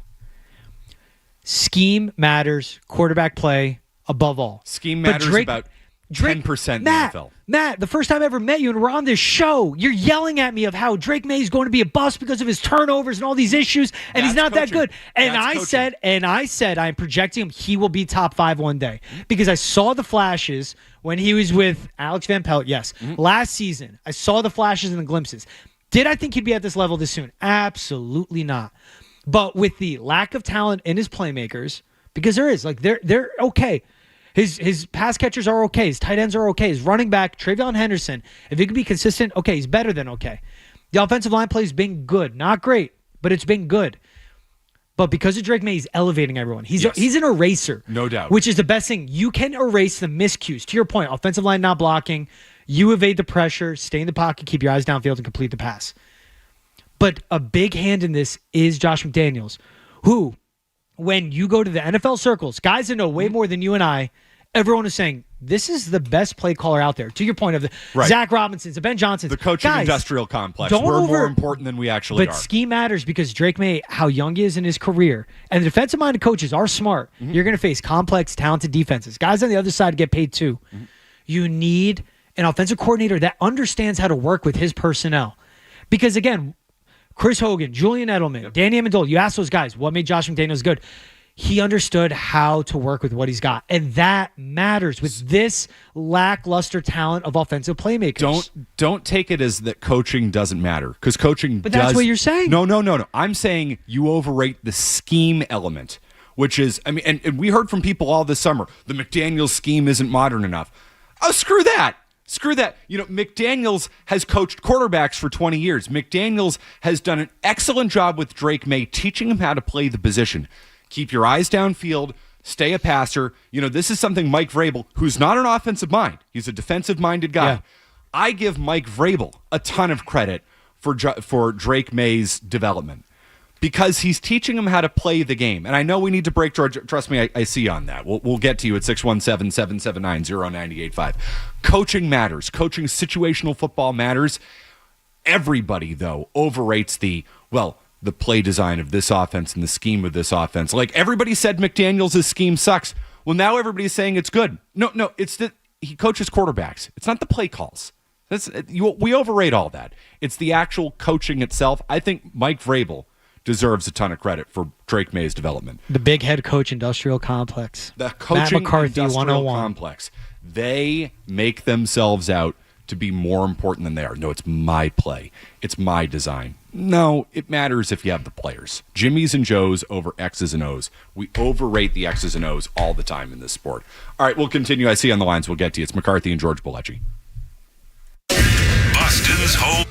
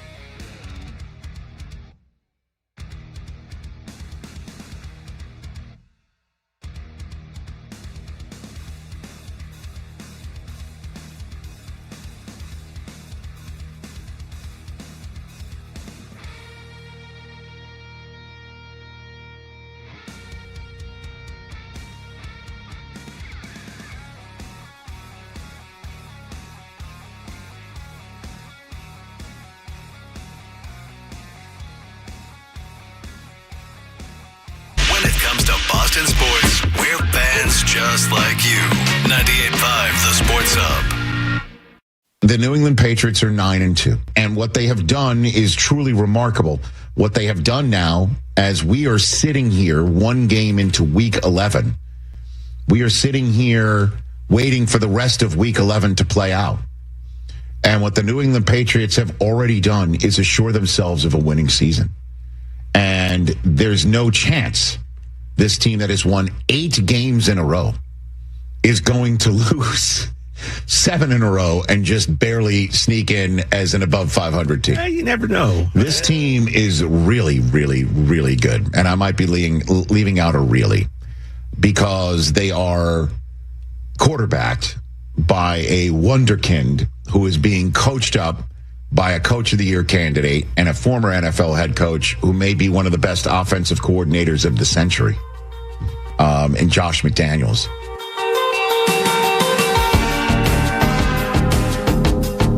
Rich Eisen earlier this week, he's right about one thing. Most importantly, the reason the Patriots are where they are is because of Drake May. I think we all understand. This is not some hot take. This is not groundbreaking stuff. See, this is why you tune in to me, Matt McCarthy. We've got George Balekji here on the for groundbreaking analysis, such as, Drake May's really good, and he's the reason the Patriots are good. Thank God you have me. You didn't know that by watching? Now you know by listening to McCarthy. I'm here. You know what, George? When I'm not talking, you're not learning. Just keep that in mind. I'll remember that. Patriots, really good because Drake May is really good. And I guess getting into the coaching side of things, who deserves the most credit for it? Drake, in the end, the answer is Drake May deserves the most credit for Drake May's development because he has improved. He is playing smarter football. The difference between Drake May last year and this year is he's not turning the ball over. It's one turnover doesn't turn into 2 turnovers. And yes, he's had some. You're always going to turn the ball over occasionally, but turnovers were a real problem for him last year because he had to play a lot of hero ball because he was not surrounded by a great coaching staff. He certainly was not surrounded by a great roster. He was a young player. There were a lot of growing pains. And where I give Vrabel and McDaniels the absolute most credit for May's development is simply put, teaching him how to play situational winning football as a quarterback. Stay a passer, protect the ball. If it's not there, learn to live for another down. That is the effect of coaching. I'll say this. I give Vrabel the most credit for that because that's the head coach. That's the head coach's responsibility. If Mike Vrabel were head coach and Alex Van Pelt were offensive coordinator, how much of a difference do you think that would make? Drastic. Because Alex Van Pelt, good developer at the quarterback position, helped clean up a lot of Drake May's mechanical flaws. But again, this scheme and how you're overlooking and in a way disrespecting how experienced Josh McDaniels is. 20-plus years in the NFL, maybe 15-plus years play caller. Longer than that, actually, well before 2010 he started calling plays. And we saw this with, of course, Tom Brady, who, when you want to talk about, you're going to diss guys on scheme. When Tom Brady talks about his success, Josh McDaniels is one of the first 5 people he names when he's going through the people to give credit through, right? Along with his boy, snake oil salesman, Alex Guerrero. But we've seen it, obviously, with Tom Brady, and Brady's the greatest football player of all time. But then Jimmy Garoppolo, Jacoby Brissett, Matt Castle. If someone gets injured, they step in. There's no drop-off in the offensive production. It's easy Mac when you're Jones. throwing to Randy Moss and Wes Welker. Who is Mac Jones throwing to? Kendrick Bourne? And who's the guy from the Dolphins? Devontae Parker. Yep. I had to think about that one, scratch my head. I think the Patriots did an excellent job that year not having Mac Jones do anything. Keeping it afloat, set it up with the run game. And this year they haven't had a run game, which says a lot about Drake May consistently. That was also the Jets who traded away their 2 best players.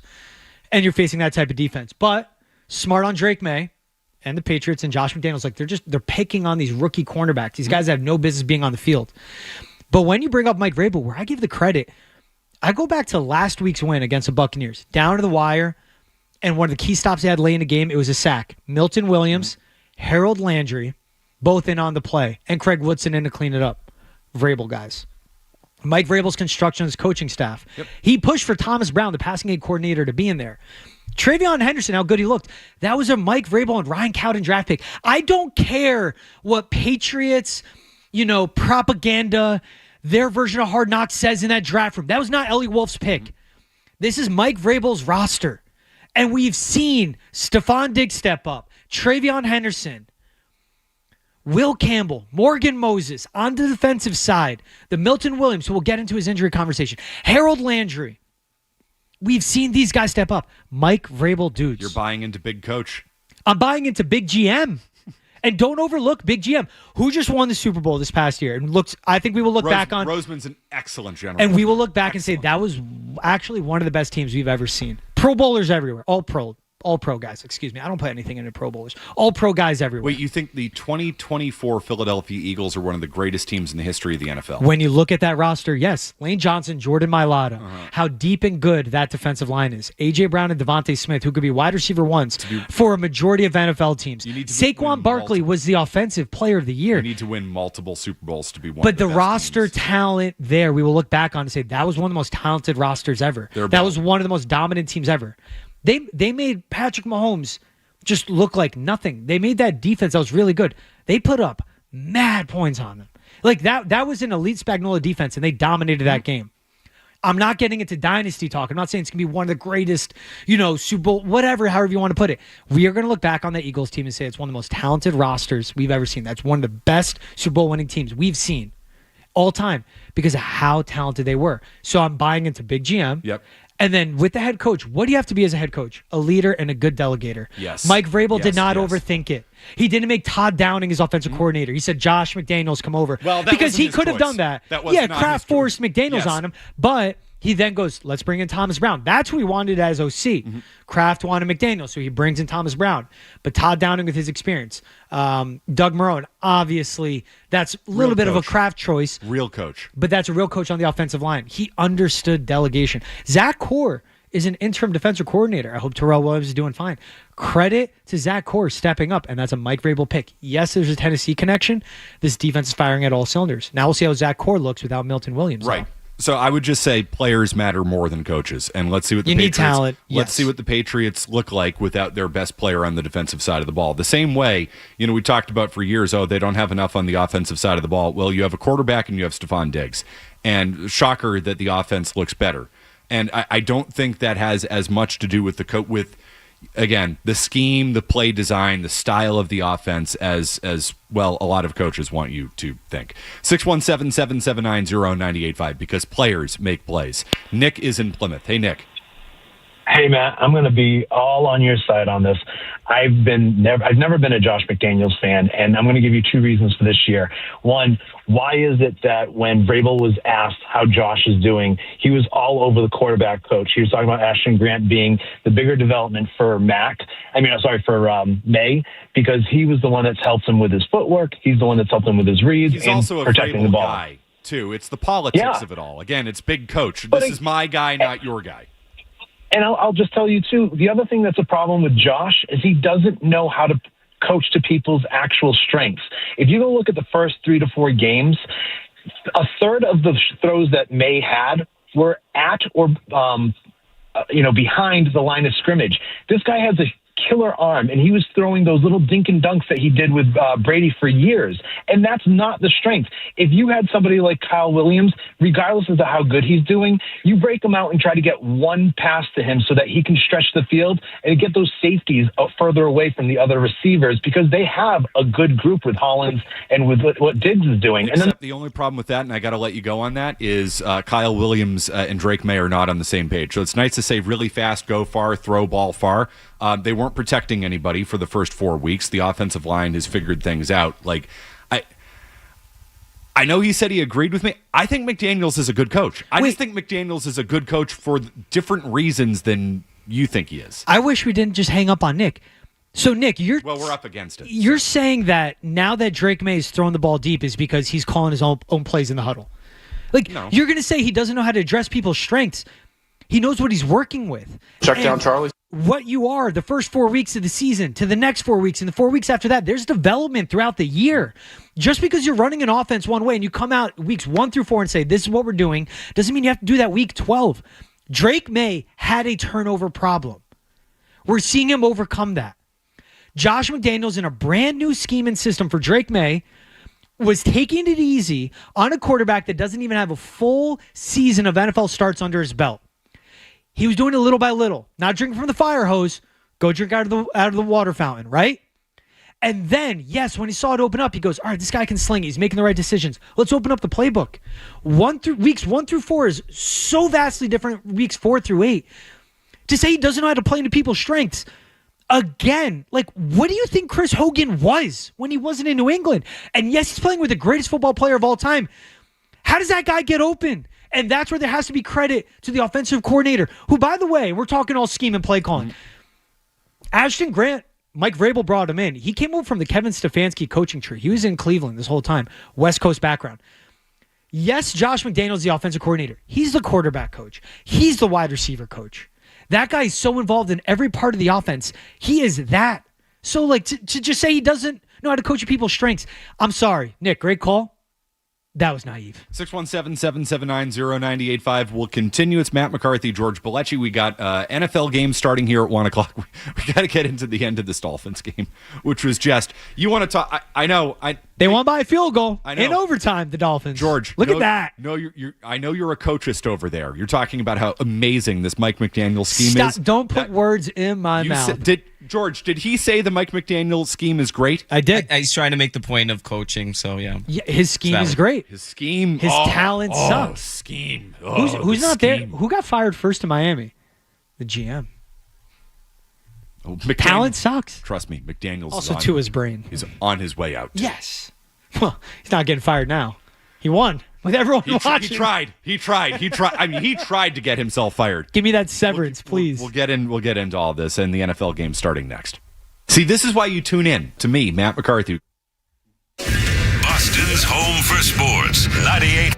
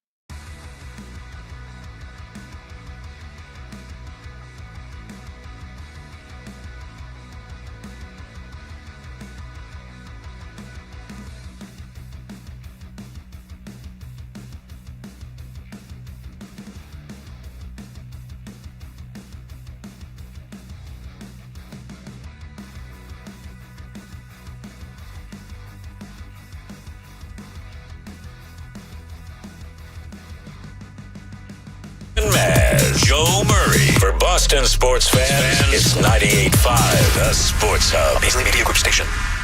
Sports Hub headlines. Presented by Celsius Energy Drinks.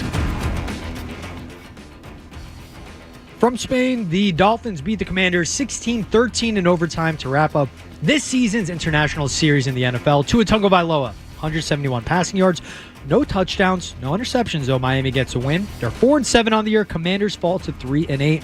And last night, number 3 UConn beat BYU 86-84. But Brockton's own A.J. DeBonsa led all scorers with 25 points. Two-time NCAA champion head coach Dan Hurley said himself about DeBonsa's game, that is as high of a level of shot making as you are going to see in college basketball. And finally, the Celtics face the Clippers at 3:30 today. Boston looking to get back to 500. Celtics with a clean injury report outside of Jason Tatum. As for LA, Kawhi Leonard, Bradley Beal both out. $55 million in salary right there for the Clippers, not suiting up today. This hour of the Sports Hub is brought to you by the Double Bonus Card Special at the 99. Visit this Friday through Sunday, and for every $25 you purchase in gift cards, receive 2 $5 bonus cards. You gotta love the nines. I'm George Balekji. Your next Sports Hub headlines update coming up at 2 o'clock. There we go. Boom. I win. Kaboom. Yeah. Get somebody. We've got a passion for Boston sports. Get angry. 98.5 The Sports Hub. No matter what team, no matter what player, no matter what coach, no matter what game, it all happens here. 98.5 The Sports Hub. Drake, in your second year, I mean, you heard it from the fans up here, and rightfully so. MVP chants. You hear it. How does that feel? I mean, being in your second year, are you where you at, where you thought you'd be, and what's been the biggest key to your success? Yeah, I think coach here, and I think the guys around me. I think that's the biggest thing. They do a lot of work for me. They show up every Sunday, and then we just trying to play together, trying to build this identity that coach is talking about. And I think the biggest thing is we still got work left to do. But this fan base has been awesome. They've embraced us. They've already embraced coach for a while now, back when he was scoring touchdowns back in the day. So I did. Just shout out to the fans. We got some more work to do. Drake May getting MVP chance the other night, and rightfully so.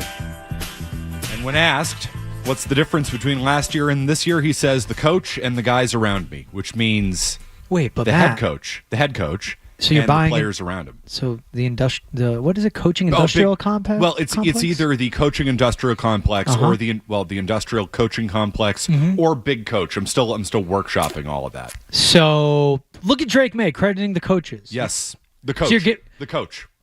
Crediting the head coach, but you're also telling me don't buy into big coach. No, what I'm saying is don't buy into the fact that they have all the answers, they have better plays than everybody else. That part of the coaching side of things, I think, is the most overblown discussion in the NFL. What Mike Vrabel has done is come in here, he's established a culture, which matters. It matters in this sport. Everybody's accountable to one another. Like I do buy in to that. The culture. 100%. He has coached Drake May from a fundamental standpoint. You go back to the stuff over the summer. Good job being a passer. The videos that we saw, teaching May how to not just tuck it and run every single time, to look downfield, make the play. Protect the ball. Is he turning the ball over as much as he did last year? No. That's an example of good coaching. Yep. Coaching the fundamentals matters so much. Teaching your players how to play good situational football, how to win, how to, be good in the moment. Like, that's what I think, Belichick did so well, and I think still 100%. Deserves a lot of credit for. And I think Mike Vrabel has done that extremely well. The whole, you've got the best offensive playbook I've ever seen. The scheme, the play calls, you drop the best Madden plays I've ever seen. That stuff is so overrated. Oh my God! Oh, the discussions. Who said the best offensive? What was it? Playbook I've ever seen. Actually, who said that? Well, no, I mean, hyperbole. It's hyperbolic, but it's to encapsulate the discussion that we've had over the years of you need to hire Zach Robinson. You need to get the next Sean McVay guy, and people held this against McDaniels because he wasn't new age, he wasn't modern, he wasn't doing what McDaniel is doing in Miami. He wasn't doing what Shanahan's doing. He wasn't doing what McVay's doing. He's not a McVay guy. And in the end, does it look like they needed the 27-year-old kid who has the best design ever? No, they didn't. Instead, they went out and got a head coach who coaches fundamentals. They got an offensive coordinator who has coached quarterbacks for 25 years in this league. Yep. That's what matters with coaching. That's where I give Josh McDaniels credit, and he deserves a ton of credit. It's that side of things, not the other side of things. It's also where I'll meet you here, Matt. What Josh McDaniels is doing, it's a marriage of schemes. It's what McVay and Shanahan run. But then when he spent a year away from football, he was with Cleveland. He went to Washington. He was with Chip Kelly in Ohio State. Like Riley Larkin is a coaching assistant on the staff. You love very this stuff. minute. Oh, you yes. You so no, buy but into listen, it. but listen. Oh, he came from the Stefanski system. What? Yeah. Okay. And what does Stefanski run? Same thing as McVay and Shanahan. So the point I'm making where has here- it gotten him? Hold on. Running an offense with Joe Flacco and Deshaun Watson, a quarterback is forced on them. Wait, let me finish. Is that it's like, don't overthink it. And that's where I give Josh McDaniels a credit of him adopting a modern day NFL in a way, but it's the West Coast offense. And where Josh McDaniels excels is they are executing. The receivers understand the nuances of route running. The quarterback understands the decision making, not based off of when you get to your top of your hitch, put the ball here. Read the cornerback. If he goes with the deep post and you're going to have this guy coming on the crosser, and then you have to be the dude to put that ball there. Like, that's where it all comes together as a marriage. Like, it can't be quarterback dependent. It can't be GM dependent. It can't be offensive coordinator dependent. A lot has to go right to be really good. Drake May is a special talent. I'm the guy that said that from the beginning. Like, it's a throw he made to Austin Hooper against Chicago Bears last year that I'm just like, holy cow, that's a one-of-one throw on the far sideline, making a decision based off what the cornerback is doing to a backup tight end. Cool. Yeah, the turnovers had to clean it up. This guy has 22 touchdowns to 7 turnovers this season, 5 of those being interceptions. And he had an interception in 3 straight games. But it is with Josh McDaniels coming in, understanding who he has at quarterback, looking at his receiver room and go, all right, this is where we're going to run. Like, running and understanding the ingredients he has and how to cook a meal. Would it work if Stephon Diggs weren't doing what he's doing? He's an integral part of their success. Nowhere near as well. As an underneath receiver in the slot. Nowhere near as well. Because the guy in that role would be, oh, God. I mean, it would be Pop Douglas, what could be fine. I just remember Jalen Polk was on this team at one point. But that, obviously, right. So, that was an Elliott Wolf guy. Draw up the best play, right? And it's not going to matter if you don't have a guy who can make the play. Yeah, a guy that could catch a ball or knows how to get open. And then a quarterback that has a chemistry to put the ball where that guy needs it. Players. Yes. So much more than right. coaching. Right. So much more than design. It's also, as we're seeing, like, right now happening in Jacksonville. Brian Thomas Jr. and Trevor Lawrence, their connection was like, oh my God, this is going to be unbelievable. What is happening in year one with Liam Cohen leading that offense? Like, BTJ is lost. That is a guy that brings in his scheme, his style, but also understands the players he has and goes, let me adapt it to him. How am I going to use him? How am I going to use this tight end, this running back? What we saw with Travion Henderson, what was smart, the way he was getting his carries was give it deep in the backfield, break it on the outside, and then with the blockers, allow him to make a read, but find a gap and he hits it because his first step's excellent. That's what makes him a difference maker for Travion Henderson. Like, he is getting the most out of these guys. He is maximizing Drake May's potential and his strengths right now, too. And that's where you have to recognize it because you are diminishing it. You are. Yeah, because I think every single one of these coaches in the NFL makes themselves out to be more important than they actually are, and it's an ego thing. That's 100% true. For all of them.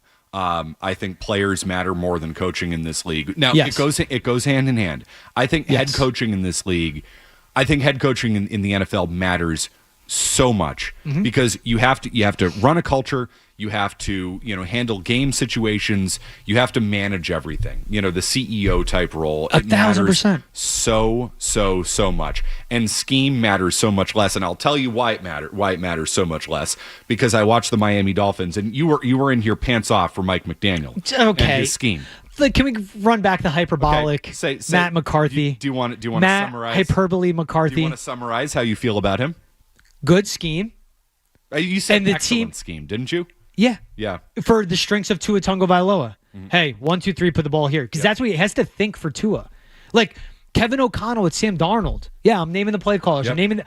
But Kevin O'Connell's a head coach. God forbid. Kevin O'Connell with Sam Darnold last year. Put the ball here. I'm thinking for you. Just put the ball there. Make this decision. That can only get you so far. Correct. Because eventually you need that quarterback when the bullets are live and it extends beyond a 3-step drop, a 5-step drop, hitch, and let it go, where you got to start making plays. And when the defense adjusts, you have to be able to adapt post-snap. Like, that's where Drake May is excelling. Pre-snap, I'm impressed by him too because McDaniels gives him a lot there. Yeah. With Mike McDaniels, that is a great scheme. But guess what? The talent's not there. There's no talent. The offensive line sucks as a head coach. Yes. And because that's what matters. You go with the CEO type role. Yep. If you walk into work and your CEO is a guy that just doesn't have any sort of accountability or discipline or standards, honestly, get away from the discipline. If they don't have any type of accountability or standards, they don't care about when people show up for meetings, they don't care about this or that, they don't practice what they preach, like that is going to trickle down to the rest of the team, the company, right? Mike Vrabel, to summarize him, he always goes, if you respect the team, I'll respect you. That point blank period. And that'll get you playing time. Respect the team, I respect you. And he says that for everybody that's in that building. And that's what we're seeing now, where these guys are overperforming. On the defensive side, I'll even give him a lot of credit, too, to get away from this offensive talk. Mike McDaniels, he'll bounce back. He'll be a wide receiver coach somewhere. Eventually be an OC. Maybe someone will be dumb enough to be a head coach. There might be someone out there right now that is dumb enough a few years from now that they'll offer Josh McDaniels a head coaching job. And that would be a massive mistake. I'll can be shocked say if that happens again. And I can say that 10 toes down. Yep. Great offensive coordinator. Yep. Do not want him as a head coach whatsoever. Because it's a completely different job. I'll be shocked if somebody does that. But then again, we are in such an offensive era in the NFL. And, I mean, how many people did we hear from, when they fired Mayo or even before? No, you have to bring in an offensive guy. No, you don't. No, you don't. You don't need to bring in an offensive guy. But again, people get caught up in you need the next Sean McVay. Sean McVay is great, but McVay's great not just because he has a great offensive system and a great scheme. He understands how to manage everything. That's what makes him so good. Look at Zach Robinson. He's a McVay disciple. He sucks. He's terrible at his job. And you saw that a few weeks ago with Atlanta. Give me Mike Vrabel 10 times out of 10 over Mike McDaniel. But who's a more brilliant football mind? Mike McDaniel or Mike Vrabel? Mike Vrabel. Who has a better scheme? Mike McDaniels. Yeah, and it doesn't matter. It does. Because it does not matter. What does Vrabel's Vrabel so much better at his what job. What does Vrabel also do in New England? Builds culture. He picks the ingredients too. No doubt. He picks the players and the talent. They fired their GM. That's also, as we're doing all this, the drastic difference between how the Dolphins are run and how the Patriots are run, we can say. And look, the last 5 years did not look, 3-4 years did not look pretty between Belichick at the end and all the missteps of him as a GM, not a head coach. The defense still competed. And then that dumb, baked-in guarantee for Gerard Mayo. But the quick correction by Robert Kraft, I give him credit to. But it's the Dolphins who haven't won a playoff game in 20 years. We got to talk about the end of this game. The end of this game was it's Mike McDaniels. Just something else. Yeah, for overthinking it, going for 7 over 3, and then they end up winning by 3 in overtime, and they're lucky. Because of turnovers. The Commanders were driving down the field. Missed field goals and everything. It was a Marcus Mariota turnover. It was a hell of a way. Mike McDaniels got bailed out by Marcus Mariota. Sure did. No doubt about it. Sure did. I mean, he was going to be the story, one of the stories of this football weekend, and he got bailed out. My point is that I'm not going to sit here and be a Mike McDaniels defender. I'm good. I'm good on him. Kind of sound like it. I'm good. I'm a Josh McDaniels defender for what he is doing for Drake May's development. That matters. Is there a bad coach out there for you? A bad coach? Yeah. There's a lot of coaching praise. Coaching role a lot of coaching praise. I mean, you're naming offensive assistants elsewhere and talking about what a great job and a great system they have. So I just think you're Matt a coachist. Matt LaFleur. You think he's a bad coach? He's wasting away his Super Bowl defense because that's how good they are. Right, hired by Halfley, but that's a guy that in game crunch time still has his mistakes. I love how scheme. Look at this great scheme with Matt LaFleur. Trust me, I get drunk off that, man. Watching Jordan Love when they're rolling, fantastic. But that's a guy that he's had a lot of bad hires on the defensive side. Someone that's covered the Packers for a few years. Finally gets it right with the talent and Zach Halfley leading his defense as the defensive coordinator. But we're seeing this year, as a head coach, like he is wasting away a Super Bowl winning defense. We saw how bad it was Monday night against the Eagles in a game where the Packers have lost. When the opponents only scored 10, 13 points, they've lost multiple games. That can't happen. I like, George, how, when I ask him for a coach that he doesn't like, in the process of telling me he doesn't like a coach, I name a coach I like. Oh, love the defensive coordinator, though. Oh, it's great. Well, but these guys, well, like who do you want to come in and be the CEO? Like, if I didn't recognize who the best candidates were, I would have been good with Gerard Mayo. If I don't care who the coaches are, Gerard Mayo, not good at his job. 617-779-0985. We haven't talked about Milton Williams as much. We should do that. We should get into we'll get into the Red Sox a little bit later on today. There's a ton going on. We got room for you. It's an NFL Sunday. We'll talk about the games that are going on as well. It's just a hell of an NFL Sunday, hell of an NFL slate. On the other side, let's get into the AFC playoff picture, because this Buffalo game has significant impact for the Patriots today. You got the Chiefs and the Broncos later on. It's a great day. Great day to be a football fan, and we are just enjoying sitting here watching these games. Matt McCarthy, George Balekji hanging out until 3 o'clock here on the Sports Hub. You were in here pants off for Mike McDaniel. Okay. And his scheme thing. That's 100% true. Boston's home for sports.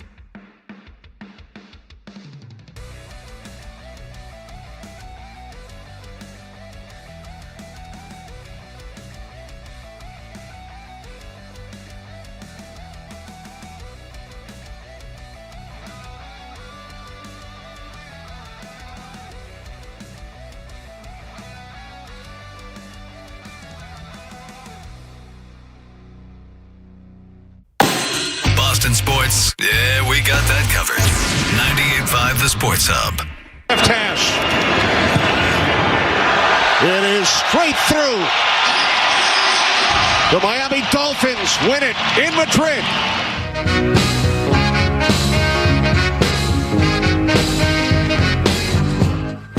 That was Kenny Albert on the call.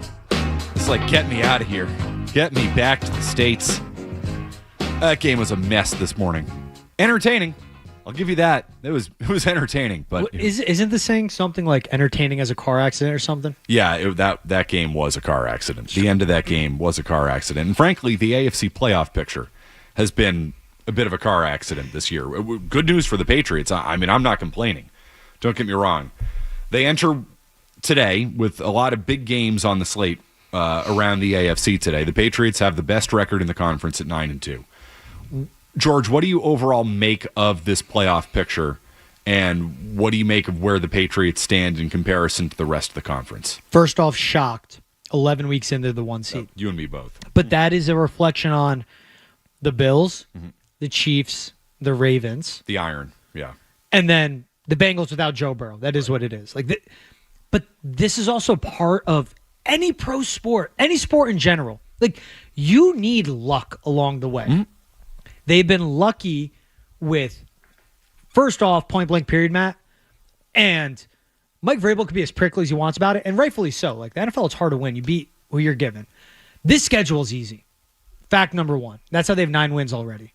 Number two, the injuries to key quarterbacks or how bad the Bills are. Talking about head coaches I can't stand. Yeah, I think sucks. Sean McDermott sucks. Todd Bowles, same thing. Not good. The Buccaneers a couple years ago should have kept Dave Canales. Fired Todd Bowles. Maybe should have kept Liam Cole. I'm not going to get there. But I am shocked first and foremost as the one seed. But it's how good the offense is, how dominant the defense has been. And with anyone going, I don't. They always let up those opening drive touchdowns. Yeah, scripted plays. That happens. It's all about adjusting that point on. They're being outcoached on the scripted plays. on the scheme. And on the one that they've been planning all week. Here, their first 15 plays were running. Right, exactly. And then once those run out, I don't know what to do, guys. Right, Just exactly. Figure it out. We can get it. We can get it all planned out. We can script it out. There you go. It's how the schedule falls, and now it is long week of prep against a Joe Burrow-less Cincinnati, but Joe Flacco and those receivers can still sling it, and they just luck out because Burrow is expected to return after Thanksgiving. They'll either get Jackson Dart or Jameis Winston leading the Giants, who stink. Bye week into Buffalo at home. That's what's huge. Like, Matt, I can't believe I'm going to say it. They could enter Christmas time with 12 wins. So you're saying they're going to beat Buffalo? I think they do. At home, I don't believe in this Buffalo team. I don't believe in Sean McDermott. And they're going to beat Baltimore. And you ready for this? You know why they're going to beat Buffalo, Matt? Mike Vrabel. They have Drake May. Yep. They have this success. I picked them to split the Bills to begin the season. I said simply because Sean McDermott's not a good head coach and he'll lose a game, and Vrabel's great enough that he will take it. But it already happened. Right? So you think they're going to now at home, coming off a bye, extra prep? Yeah. I think they could sweep the Bills. Isn't that insane to say, though? Like, let's pump the brakes. So it's insane to say. No, it's not insane to say, but let's not ignore the fact that the Patriots are going to be missing their best defensive player for that game. Christian Gonzalez is out? Milton Williams has been went at the line of scrimmage. Has been an absolute force. The high ankle sprain is scary. Yep. That's it. That is classic injury, a lot worse than it sounds. You're like, oh, ankle sprain. No, high ankle sprain, like especially a guy that big, that size, and everything is how he pushes off. That's scary. For a team that's going to need it too. In the playoffs. I like that spot for Buffalo. I do. With Milton Williams out, that changes how I feel about that game. James Cook up the middle. Patriots have stopped the run. They've been excellent against the run this year, but Williams is a huge factor in all of that. He's a huge factor of what they do up front. Buffalo is going to need that game probably more than the Patriots are going to need that game. So, for a team with much higher stakes, the Bills have way higher stakes than the Patriots this year. I like Buffalo in that spot. Well, I love the spot the Patriots are in, though. I do. I mean, how could you not? They're 9-2, and I think here's the way I feel about the playoff picture, George, is they're the best of the secondary teams in this conference. I still believe in the iron of this conference, Chiefs. I still believe in the Chiefs. Yeah. I still believe in the Ravens, if they get there. I believe in the Bills if they get there. Now, you're going to have to say, if they get there because they're all at the bottom of the playoff picture.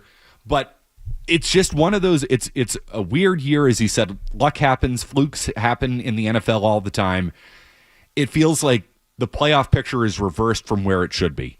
It feels like it should be Buffalo, Kansas City, Baltimore at the top, followed by, the Patriots, the Colts, the Broncos, that tier of teams. The way I see this playing out is I think the Patriots they're going to contend for a bye. The Williams injury is going to hurt them, no doubt, in their chances to get that bye, because, those 2 games after the bye week for the Pats just got way more difficult without Milton Williams. Against Buffalo and Baltimore, that is a huge factor in both those games. Maybe they're the 2 seed. Hell, maybe they're the 1 seed. But the chances of a Buffalo or a Kansas City or a Baltimore coming in here in the divisional round of the playoffs are so much higher now, or even in the wild card round of the playoffs. I don't like that matchup for them. I just don't. I don't think that's an unreasonable take. I still believe in the iron of the conference. Mm-hmm. It is different when you get to the postseason. And this is a team, how healthy will they be? And this is a Chiefs team that got off to their slow start, just barely losing games to open the season. Same with Baltimore. The season opener, primetime, Baltimore, Buffalo. Yep. One more entertaining games I've seen in a real long time regular season. You also can't ignore, as I can't believe I'm going to say this, you could have 12 wins before Christmas. No Milton Williams. Yes, I know what I'm about to say. Against Jamar Chase and T. Higgins, because Joe Flacco can still get them the ball. The lack of interior pressure against a statue like Joe Flacco. No doubt. You're going to have to put up 35 points again. And that defense is bad in Cincy. They are. You're going to be tested. New York, I'm not worried. Could that be a trap game before the bye? Never know. It's the NFL. It's hard. You talk about a Buffalo team that's desperate. In Baltimore, right before the new year, a team that's on the outside looking in, but healthy, upgraded their defense, playing better. Yeah, they're going to need that game more than the Patriots. And then that becomes the juggernaut of their season. At one point, it was supposed to be Joe Burrow, Josh Allen, Lamar Jackson, 3 out of 4 games. Now it's Flacco, throw it in there instead of Burrow. That's still 3 good offenses, 2 elite quarterbacks, and 2 teams that will be desperate to get to the playoffs. And the same thing, too, why before the season, I'm shocked they're at 9 wins this early, but I kept saying 11 wins. Their lack of facing elite quarterbacks. They played Baker. He's great. Love Baker Mayfield. He's a gamer. But it really was Josh Allen twice, of course, Joe Burrow, and Lamar Jackson. That's it. They were going to face an elite quarterback 4 games out of the year. Depending how you look at Baker, you could say 5. That's it. Still 4 with Burrow being out. This team, it fell their way. But guess what? When you're watching them on the field, taken away from the schedule, McCarthy, and the wins and losses. They look the part. Thank you. They very much that defense is really good. Christian Gonzalez is such an elite corner. Milton Williams is great. Caleb Chase on. Okay, can I go again? Some credit to Mike Vrabel being the GM in this case. Signing Caleb Chase on, who's 47 million years old, and he's been a very good edge rusher. Let's see what Chase on looks like without Williams. Milton Williams in the middle. On the interior, taking up double teams. Yes. Barmore, you got to step up. Kyrie's Tonga is actually be good in the pass rush. That's a guy that's going to, but more snaps at his size. We'll see how he does over the course of 4 quarters. It's going to have, I think, a pretty significant impact. This Williams injury is no joke for this team moving forward. But I feel good about the defense, but let's see what that secondary looks like against a real quarterback, because I've got questions beyond Gonzalez. Gonzalez is great, and I like what Marcus Jones has given them. I've got big-time questions about their safety play and big-time questions about Carlton Davis, who I do not think has been good. And if you don't have the pass rush to bail out that unit, I think they've got problems in the secondary. Especially with a Cincinnati team where you'll have Christian Gonzalez on Jamar Chase, fine. Or T. Higgins. Let's see what Zach Taylor can scheme up in Cincinnati. Good coach. Bad head coach. Bad head coach. Good play caller, though. Joe Burrow. Good scheme. Just has elite receivers and an elite quarterback. Burrow, when he's on the field, is top 3. Right, because he overcomes bad coaching. Players matter. Players matter. Not saying they don't. More. Will you say they matter more? At one point. Hold on. Will you say players matter more than the scheme? Oh, it's like a marriage where husband and wife, partner and partner. Just say it's yes. a partnership. Just say yes. It's a partnership. Bring yourself. You can have the best ingredients if you don't have the right scheme to bring them out. I've figured this out about Look you at today. Jackson Smith and Jigba with Shane Waldron versus Jackson Smith and Jigba now. With Clint Kubiak. He's the best receiver in the NFL. Oh, Shane Waldron. It's when you put hold on, that's not me. I'm saying Shane Waldron sucks. Oh, okay. Clint Kubiak. Do that with Clint Kubiak. Clint Kubiak. Oh, last name. Oh, son of Gary. No, that's not why I think Clint Kubiak is good. It's not the last name. The nepotism. Oh, the scheme. It's what he was able to do so much to bring the most out of his players. You really couldn't bring yourself to say that players matter more than coaches. Players it was a really hard thing for you to say. Jimmy's and Joe's greater than X's and O's. You want to diminish the coaches so much. No, the reason I want to diminish coaches so much is because they've poisoned you. They have not. And everybody else around you. Look, when I buy into it. When Matt Patricia, he was on, I think it might have been Part of My Take or something on Barstool. He's like, yeah, I've called plays offensively and defensively in the NFL. And he said something else too. I forget what. He's like, isn't that crazy? And the Barstool guys just let it go because, of course. Right. If I was on there, I'd be like, wait. Don't be like, Congrats. how cool is that? I called plays in the NFL. That was a dumpster fire season. You mentally broke a quarterback who showed he can start NFL games. You literally tanked his confidence. And I don't drink that juice. I don't drink that Kool-Aid. Same thing with ownership. You know, the owners want to give all the credit, take the credit. No. It's the thing about sports. It always has to be your doing. It's the players matter above all, 1,000%. Thank you. But in the wrong scheme and with the wrong coach and the wrong leadership, those players cannot matter. Sure. They can be rendered irrelevant, and it's not their fault. And that's why I go with JSN under Shane Waldron. He fantastic at Ohio State. Go watch his Rose Bowl game to end his career. Unbelievable. Then watch him as his rookie season. Now with the DK Metcalf, with the Lockett, only so much ball to go between three receivers. Then watch once Shane Waldron left, and look at him now. He's statistically the best receiver in the NFL. He's top 3. It's all about Clint Kubiak. 617-779. Clint Kubiak getting the most out of his potential and tapping into it, and JSN does the rest. Because not everyone can do what JSN does. A lot of guys can do what Clint Kubiak does. A lot of guys can do what Josh McDaniels does. Not a lot of guys can do what Sean McVay has done to lead it that way. What Mike Vrabel does. To be someone that can bring in a system, as in Sean McVay, or for Mike Vrabel to delegate and have that type of culture. We'll continue. It's Matt McCarthy and George Balekji here on the Sports Hub.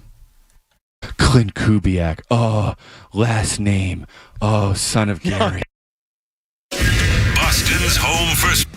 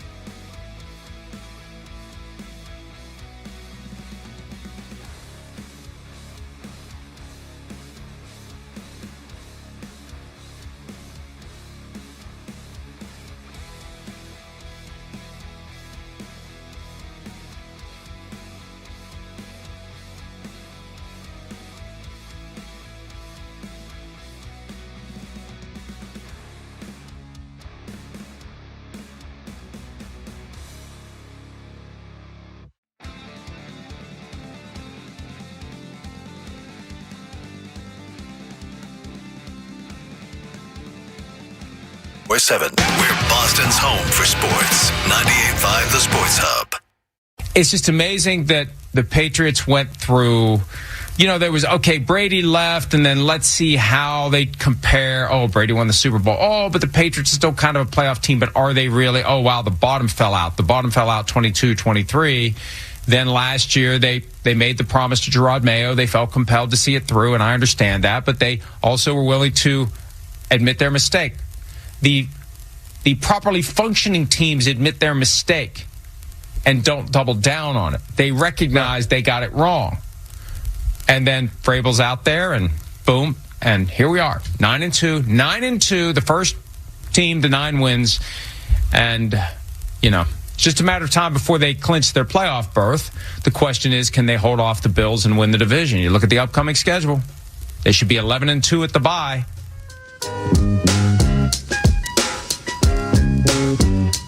Mike Florio says the Patriots are going to be 11-2 at the bye, and I agree. Although I will say, I do think the Cincinnati game is a trap game. Because people think, the Joe Flacco thing, and I get it. I understand it. It's not Joe Burrow. But they're still putting up a lot of points. Yeah. And they got, it's two stallions on the outside. And you have a great cover corner, Christian Gonzalez. I'd like to run it back to what you are, and you're right, calling out the lack of safety play and cornerback depth. Marcus Jones, fantastic player. Inside player. I love him living up to getting that captain's patch. A lot of people are like, wait, not Gonzalez? Hey, as we're talking about who's a captain for the Bruins, your best player doesn't have to be the captain. Mm-hmm. Your leaders should be the captains that wear that. I think Gonzalez is fine with that. Your number 2 corner matters, and Carlton Davis has been lackluster. Jalen Hawkins, Del Pettis have been fine, but those 2 guys, T. Higgins and Jamar Chase, those guys are elite. Especially Chase. Mm-hmm. Second best receiver in the league this year. Behind JSN. Yep. That's going to be a test. And in the way of how we saw the Falcons all of a sudden start picking on, and how Drake May had his big game, go away from Christian Gonzalez. Figure out where to move Drake London on the field so you pick on where Gonzalez isn't. Don't be surprised to see that with number 1 in the orange and black. Yeah, I'm worried about the Patriots secondary in this game, and I think this is a fascinating test for against a team that is missing their quarterback and has a terrible defense. So you still should win this game, but I do wonder if some things defensively for the Patriots are going to get exposed in this game.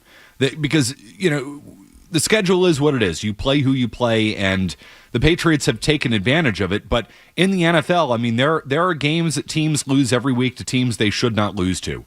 The Patriots probably should have lost to Atlanta, and they're better than Atlanta, but they found a way to hold on and win that game. They got a huge stop at the end of the Bucs game. I mean, they have done winning things, which is the thing I take away from them.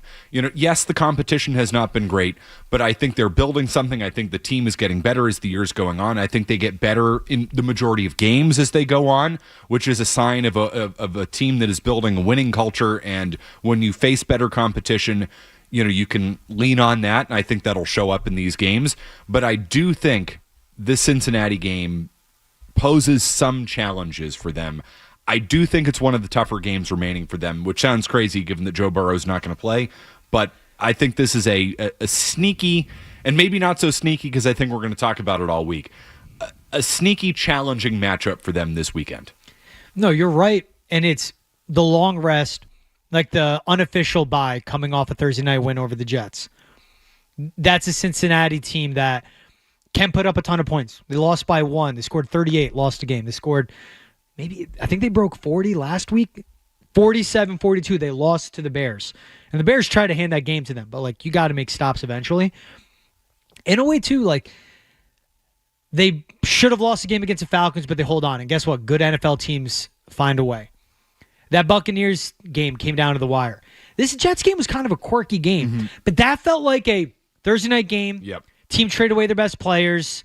It's at home. Lights are bright. Don't take them lightly. And it was kind of just get in, get out. Thursday night's always sloppy. It's a get in, get out night. Yep. And they got out with the win, and that's fine. That's important. They have those experiences against the Falcons, Bucks, and they get wins. And then the Jets, before they face Jamar Chase and T. Higgins, before they face Josh Allen out of that bye. It's a great weekend to be a Patriots fan. Coming off, I'm not a fan of Thursday night football, but it came at the perfect time in the schedule. You know, You're not a fan of gladiators without ample rest, suiting it up and playing on a short week? Can't say I am. You're not a fan of that? No, with the. By the way, the sound on those Amazon broadcasts, it's awful. It's so bad. I love Prime Vision. Look, a guy that has a background in TV, stop bashing your graphics package over our head. Like, it was a Broncos game. They had some, like, shot of guys jumping out of a plane and then a graphic jumped out on their parachute. I don't care. Yeah, just show me the game. Show me the field. Show me the players. I don't need cartoon whatever. I hate it. What do you mean by the sound? The sound is awful.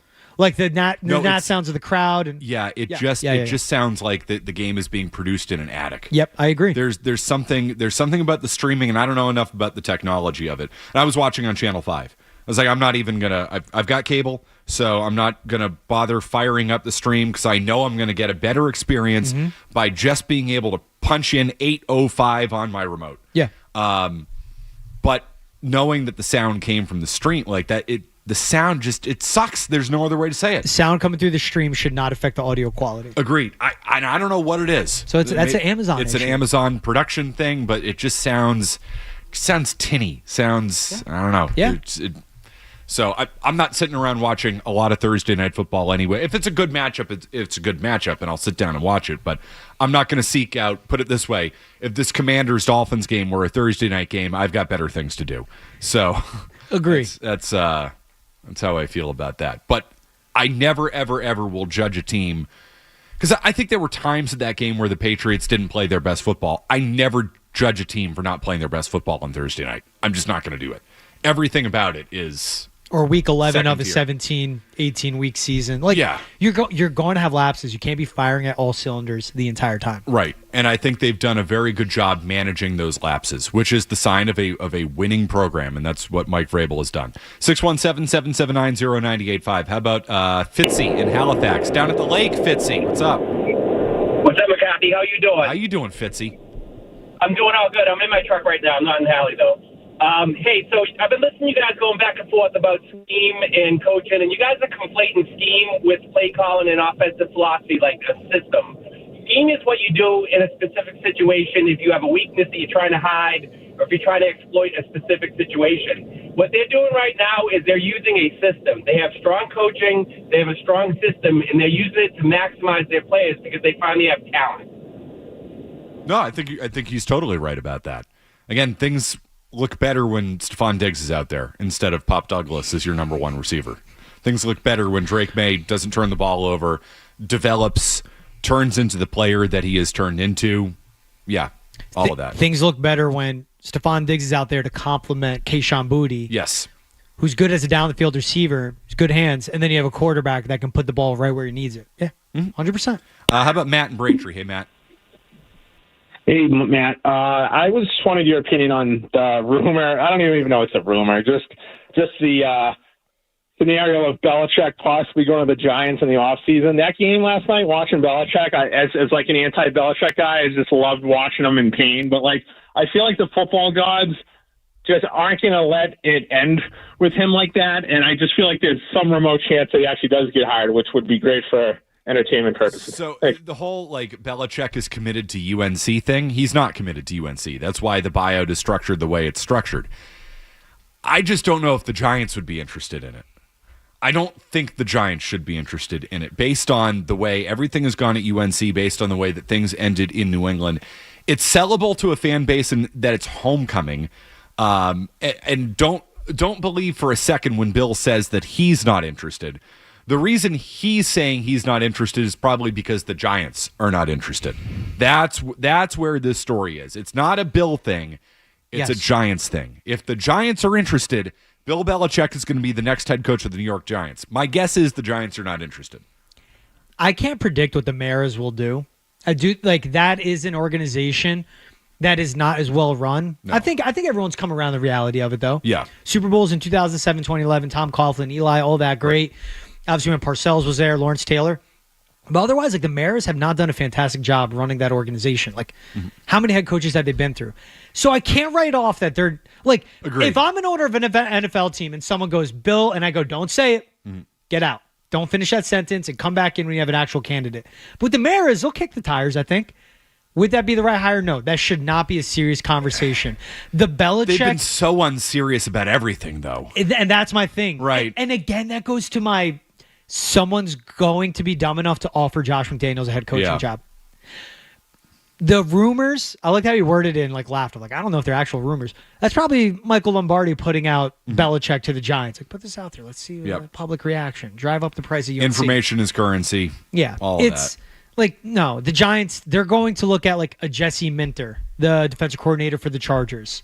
Maybe they'll look at Jeff Hafley with the Packers. You must love the coaching carousel. Yeah. Oh my God! You must because Black Monday must be your favorite day in the NFL. Like, who's going to go where? Barth with draft picks. Oh my God! Yeah, I love NFL draft talk, draft picks, scouting. Like I love college football because I just love the pageantry. I lived in Madison. Yeah, it's also like those are the guys that are going to play one day. No, because like when you see a quarterback performing well, who's the play caller? I want to know who's the guy leading that offense and helping this QB out.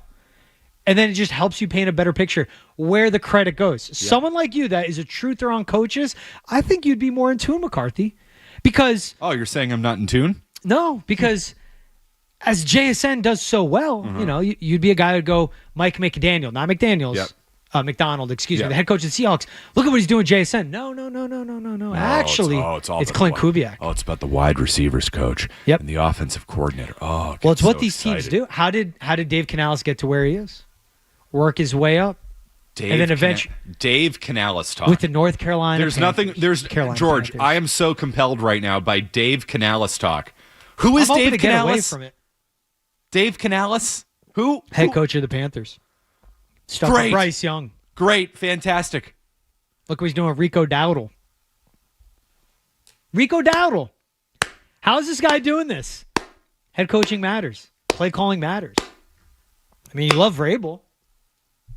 Dave Canales. Next head coach of the Giants, it's going to end up being some like Jesse Minter. They got to go young. If they go Belichick, they'd be so dumb. Seriously, you want to know probably one of the underlying thoughts I have with all this coaching stuff and why I'm now realizing that coaching, like, we overstate the importance of the genius of these coaches. Mm-hmm.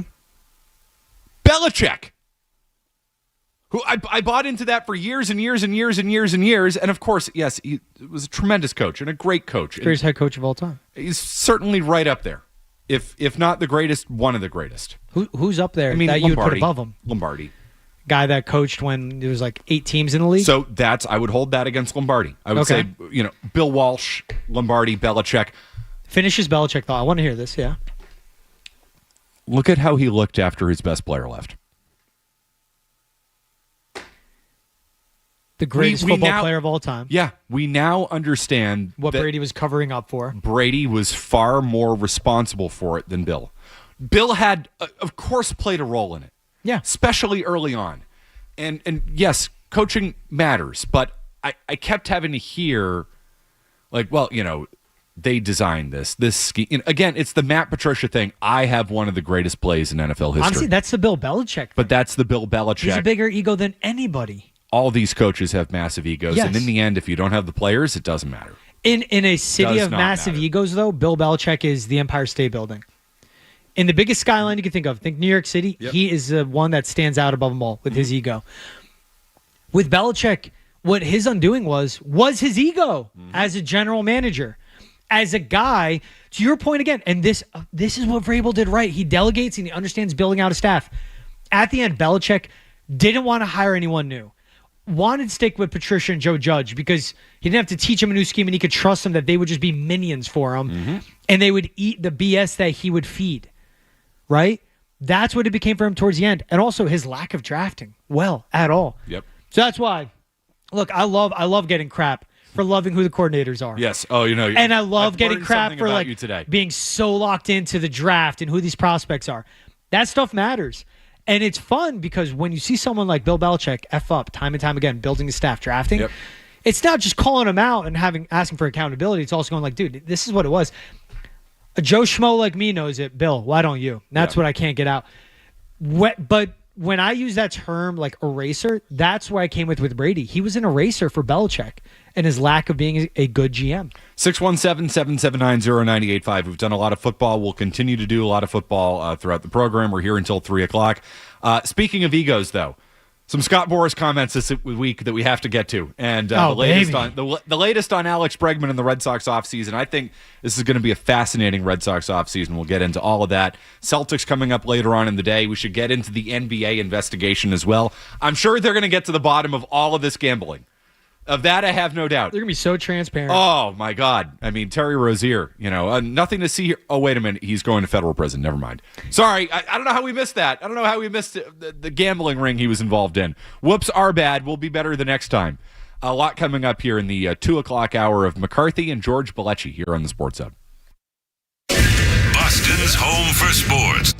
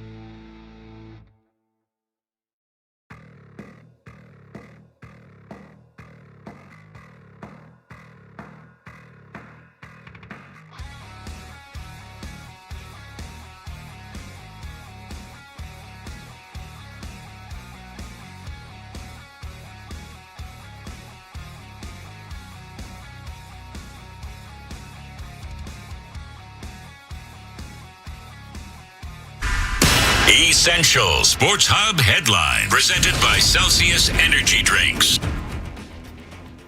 From Spain, the Dolphins beat the Commanders 16-13 in overtime to wrap up this season's international series in the NFL. Tua Tagovailoa, 171 passing yards, no touchdowns, no interceptions.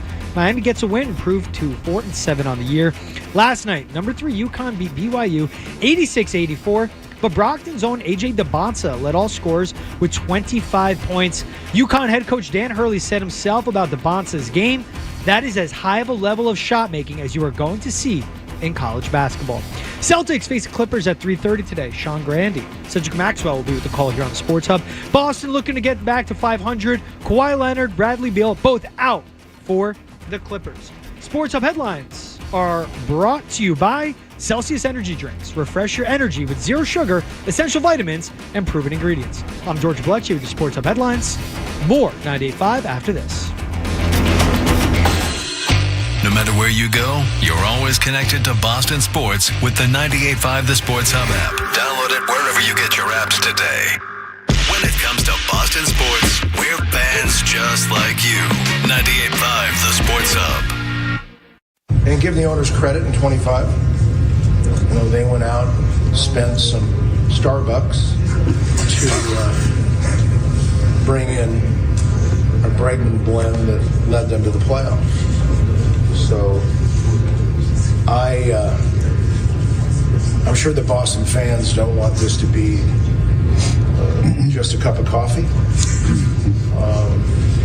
And no one wants a Brexit.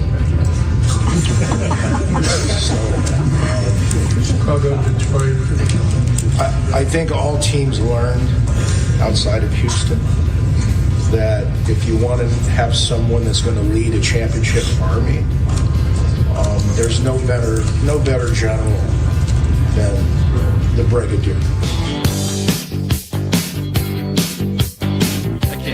So I tune him out. What is that? Like, he just felt like punning it? Is he trying to subliminally?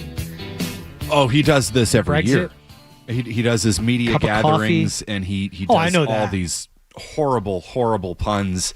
And you listen to that man, and you say that is the most influential, successful agent maybe in the history of North American sports. Mhm. He is that impactful and powerful, and So you have to put up with the stupid puns and the 45-minute holding court at winter meetings and whatever. It's great. I get it. I mean, It's great. That It's great. guy's like you said, he's one of the most powerful people in all of pro sports. Like he earned his right to do that. Love it or hate it. I hate it. Oh, But no, he can do it. I actually love it. I Because mean, you don't it's have to so stand bad. there for 45 minutes. I did chuckle. Honestly, the coffee stuff wasn't great. The Brigadier General wasn't great.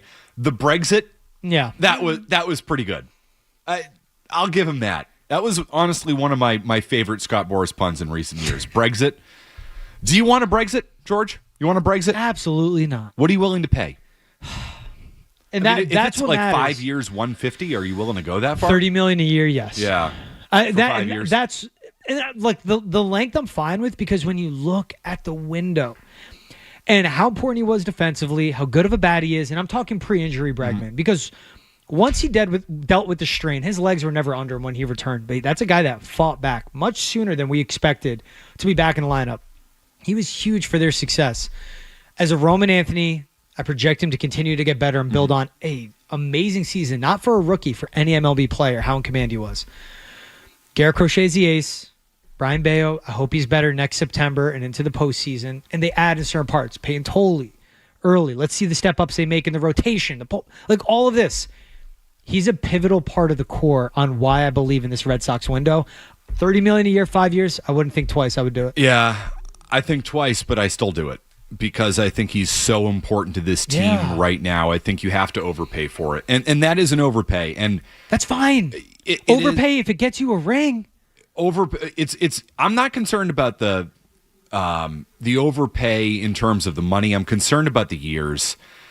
That quad is chronic now. He's now had 2 significant quad injuries that have eaten up a big chunk of 2 seasons that he's had. He's an older player. Yeah. He was not the same after the quad. He might not be the same. He might not be the same player. He's probably not going to be as impactful a bat he was still really good in the field. He was still really solid in the field. The quad, he was able to play through it. I'm sure his range is not going to be as good as it once was, with the quad injury, but anything hit to him, he's going to make the play, which is no small thing for a team that does not make the play on balls hit to them and has consistently not done that for years. They had 116 errors last year in 162 games, and that was with Bregman stabilizing third base, and that was with Trevor Story being a good defender for the vast majority of the year at shortstop. Not great range, not what it once was, but still, when the ball was hit to the left side, the Red Sox made the play, which they have not been able to do in years. He's just so important in that regard. I'm not paying $150 million for a guy to field a ground ball, but the full package. His bat, too. The bat, which, again, I'm not counting on him being a true number 2, middle of the order bat moving forward, given his age, coming off the injury. But I think the clubhouse stuff is so important. I do. For a team that has not learned how to win yet, and a team that has a lot of young players, to have guys in that clubhouse who have been there and done that on a team with very few guys who have been there and done anything. It's so important. It's so critical. I'm willing to pay for that. They need to keep him. They do. I think the leadership aspect is so important, especially for the amount of success a Connerly Early, a Peyton Tolley, a Roman Anthony could begin to experience. For Marcelo Meyer, if he could be healthy. And it's also, too, okay, say if there's someone out there, I don't want to give him the 5 years, and that makes it or breaks it for Bregman. Mm-hmm. Who are you going to have at third? Can you depend on Marcelo Meyer? No. When he's out there, the hot corner, he looked good, man. He's a very good fielder. But you talk about continuing injuries. The one thing I give Bregman, quad strain with Houston, that was 2021. Mm-hmm. This is obviously 2025. So there's 3 years, 3 seasons in between. But yes, at that age, it does worry me. It's the second time he's dealt with that injury, both separate legs as well. But this is the stuff also. These are the conversations the Red Sox or any MLB team has. Well, I don't like the quad strain. All right, it was his other leg. All right, it's 3 years in between. That's it to me above all. You're right. He can't be your number 2 hitter. I'll take him as my 3rd or 4th best hitter. Mm-hmm. It's a leadership in the clubhouse, and he's an extension of the skipper who you gave an extension. Literally. And he's an extension of him. And the guys listen. Like, for the leader that they've wanted Jarren Duran to be, and he just can't be that consistently. He's not that. You need an Alex Bregman. Jarren Duran's going to get traded this offseason, and he better get traded this offseason. If he doesn't get traded this offseason, and you're going to get 40 cents on the dollar for Jarren Duran. That's fine. But if you talk about building a winning culture, he's not a winning player. And I've said that for 2 years. He's not a winning player. He's got to go. You saw why in that Yankee series, why Jarren Duran is not the type of guy you want to build around. They are building something, but they cannot stop here. This is a massive offseason for the Red Sox for a million reasons. One, George, because of where baseball is. Baseball is building something. Yeah. Baseball is building momentum. 51 million people in the world watching World Series Game 7. I mean, it's no joke. Objectively, one of the best championship games I've ever seen. Like any sport. Yeah. Perfect end-to-end. Tight baseball, clean. You could argue the outcome. Okay, that was a fantastic game. I think it's a top 3 game in the history of baseball. That's how good it is. Really. 1991, Game 7. 2016, Game 7 was really good. Really, really good. But Cubs, Guardians, Indians at the time. Cleveland. The rain delay was interesting, but and it bailed out Joe Madden and the Cubs. It did bail out Joe Madden and the Cubs. You're I think a history that was of better. the gamer. I am. I love. All right, so give me crap for my schemes and my coaches. You're a history of the gamer. I'm a Guys, total ESPN classic. Do you remember 1985 Game 4 of the World Series? No, that really set the table. I was just about to hit you with the 1960 Game 7. Yeah, come on, bro. Mazeroski, 4 lead changes late in that game between the Yankees and the Pirates. I remember that vividly. One of the great upsets in the history of baseball. Yeah, I'll hit vividly you with that. Remember that in 1960. Well, I mean, really, you want to talk about the 1924 Game 7? Walter Johnson coming out of the bullpen for the Senators. Teams in the league. There's no integration. Right, exactly. It's totally. No, it is Game 100%. 7. Game 7 2025 is a top 3 game in the history of the sport. Probably top 2. My thing is that I don't think twice about that contract because A, who's going to be at third if not him? Right. B, when you want to talk about this window, and I like how they are getting ahead of contracts with the Anthony extension, with Christian Campbell, I believe outfield. The guy's an athlete. Alex Cora loves him as an athlete. Put him in the outfield. Did you read Cotillo? No, I didn't. So Cotillo reported, and I think it's a very important piece of reporting, that privately Red Sox people admit that Campbell's probably an outfielder. Yeah, and that's fine. Like, Alex Cora, before this season or early on, like, literally compared him to Jaylen Brown of, like, sick athlete. Yep. Should put him out there, let him make plays. Right. So why are you forcing a sick athlete to think and learn a new position that he was very green at? Yeah. Yeah. First base, and by the way, the reports out of Worcester, and talking to some people down there, rough. Yeah, he never Rough. he He's never not got a first handle baseman. on that. Yeah. He's not a second baseman. He's not an just infielder. let him get the reps at outfield and let him learn. I think it was a bad roast in Beantown. He said that too. Gosh. He's You know he's what all I, time. You know what I hate in that though, like the chuckles, because you're just enabling him to like waste 45 minutes of your life and then like make all these puns. Yeah. Scott, this could be an email, man. This could be 10 minutes. Drop the puns, but he needs his ego stroked. Spent some Starbucks. But you know he's going to go in there and hammer them the way he always does, and I would just be willing to pay it. Real quick, though, on the Campbell thing. So he's an outfielder. Yeah. Which means he's a left fielder because he's not a center fielder. Yeah. How many outfielders you got on this team? If you put Campbell in the outfield, you technically have 4. Put Roman Anthony at DH. His strength is his bat. Triple down on that. Yeah. Like why? And a guy that when Anthony's he first came a better out, outfielder than Campbell. Campbell's probably your DH in that spot.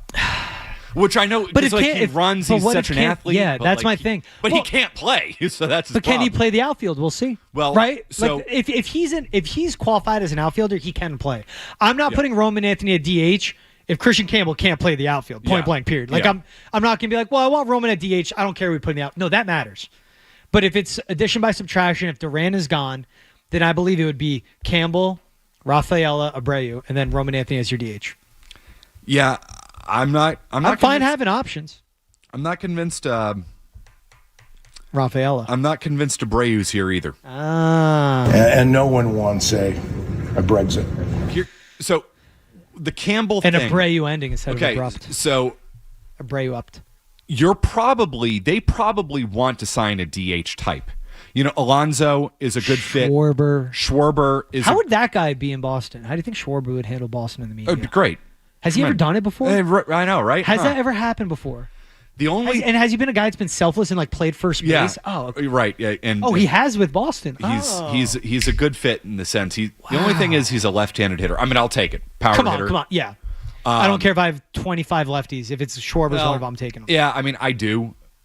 But I hear what you're saying. Yeah, like, come on. There's only so many you can have. Alonso's a better fit in the sense that he's not a great first baseman, but he can play first base. You can put him out there for half the year, 3/4 of the year, and feel totally fine about it. Ideally, Alonso's in a DH. You put him at Fenway Park, right-handed hitter. You know, you put a spray chart at Fenway. I mean, you know, you see how many balls he hits over the monster. He's not to mention too. Alonso plays. He posts. Yep. Fewest games Pete Alonso's played in a year, 152. That's insane. And a guy that played first. And a guy who mostly has played first throughout his career. He's not a great first baseman, but if he's going to play the field every day, that says which a lot. they might need him to. That's fine. Ideally, though, if you're signing Alonso to a 3-year deal, maybe he plays first base for a year, then he's your DH for 2. You're so crowded in the outfield. If Campbell really is an outfielder, they don't have to make this decision this offseason, but they need to make a decision as to whether he's going in a trade or not. Or, I mean, Duran's gone. He's gone. Abreu, if Campbell's an outfielder, then you have to make a decision between Abreu and Campbell because you're putting Campbell in left and Anthony in right. I think Anthony's probably a left fielder, but you can probably get away with it in right. And that's what I think it is. I prefer him at left field at Fenway Park. I don't want Anthony playing right field full time at Fenway, but you know we can have that discussion. Point being, I think the Red Sox should shop Christian Campbell this offseason. Who would be the one that is shopping him though, and who makes a call of, oh yeah, this is a good trade, we're going to trade him? Who has to sign off on that? Oh, I mean Theo Epstein. He's going to go over their head of baseball ops. I think the guy that gave him the extension was gushing about it. My sense with Theo is he was very involved in like the crochet trade, you know, stuff like that. Bregman getting that stuff over the line. I think if you want something to really happen, you need Theo to be the one to push and I think that's for it, and that's from why a you have baseball perspective. That's why I think you have Theo in that Yep. whole situation. Like he's not involved in the day to day. right? Like No, he's not. Theo, in a way, is like paid his dues, right? Yep. He's done it with 2 separate ball clubs, ending curses, all of this. And guess what? Good for him. Like, he's earned his way into being like having shares of FSG. Yep. He's now, his job title isn't Boston Red Sox. It's Fenway Sports Group. That's big time. But also, and how FSG is run, very well-oiled machine. They have smart people in a lot of places where, hey, we need to make this big decision, this big choice. We need to figure out Crochet. Theo. You call in Theo in that moment. Go to the office. You don't do it in the day-to-day, but you call in Theo, which is why Yep. the Red Sox had a better off-season than they did in-season, with the Does trading that deadline coincide with stuff. someone coming back and joining FSG? Yeah, Theo. Oh. Interesting. So, and because I'm curious picking your brain here, McCarthy, this is why I say that. So if they start shopping Christian Campbell, that's going to be Breslow shopping him. Correct. Who do you think gave the extension to him? I think it's Breslow. Yes, and that's the business model, is they're giving extensions to young players they believe, and it's not entirely Which I agree wrong. with. I like it. No, So, I like yeah, it. like, but pay for Kreslow's somebody gonna in their have to 20s eat it. instead of their 30s. Breslow's going to have to eat it that he was really wrong on that extension. And that's where you get into the humanity of all these GMs. And even the guys who you think are robots, the egos, trust me, they have their guys, and they love their guys. And Campbell is such a darling and you heard the way that Breslow talked about him. He is an organizational darling. He has significant bust potential. If you can get, if he can be a part of the Joe Ryan trade this offseason, I'm shipping him out. Because I don't know what his position is. And if his position's outfield, I've already got Roman Anthony. I'm not trading Rafaela because he is a Gold Glover. Abreu's a platoon player, and he can't stay healthy. So I'm worried about him. But is Anthony a right fielder or a left fielder? Those are the decisions you have to make. And Durant's gone. He's gone. And I don't care what you get for him. He has to be gone. The simple agreement they gave, they avoided arbitration. It's just get him on a contract. So a team that gets him, everything's under wraps. So let's get this out of the way. And even we've heard the info trickle out, too, of how they view Jaren Durant. It's an interesting offseason. I just want to see a complete outfield. I want to see Roman Anthony playing baseball. If that means he's a part-time right fielder, let's say 3/4 of the season, he's out there and right, then you have him DHing, fine. I prefer him at DH because you're tripling down on his strength, which is his bat. But guess what? To your point, if Christian Campbell can't play the outfield, you need him out there. And again, I think you're probably signing a DH type. They want to rotate their DH. They're going to sign, if they end up with an Alonso type, it's Alonso, Yoshida, DHing type of thing. Alonso playing first some days. That's ultimately what it looks like. They don't want to rotate their outfielders through DH. They don't want to do that. Yeah. So Campbell's going to have to learn how to play the field. And if they think he's an outfielder, then to me, with that logjam, you got to really start thinking about some hard decisions. I would see what you can get for him in a try. The bust potential is real with him, and if he can't play the infield, that's a real concern for me. But you see how fragile Christian Campbell's worth is on a trade block, right? Mm-hmm. These other teams know that too, so I'm interested. They'd be selling lower than they would be last year. Way low, and I don't think the return would be that great. But the return might never be better than it is right now because he really, again, there's a real bust potential with that player. Yeah. There is. Yeah. So you might be able to still get something he might be able to be one of the centerpieces of a Joe Ryan trade. I will take the sure thing. Yes. If he can't play the infield, which Cotillo is essentially reporting, saying that the Red Sox privately believe he's an outfielder. If he can't play the infield, that hurts a lot of his value to the team. He needs to be in trade discussions this offseason. We'll continue. I see you on the phone lines to take care of you. It's Matt McCarthy and George Balekji here on the Sports Hub. Boston's home for sports.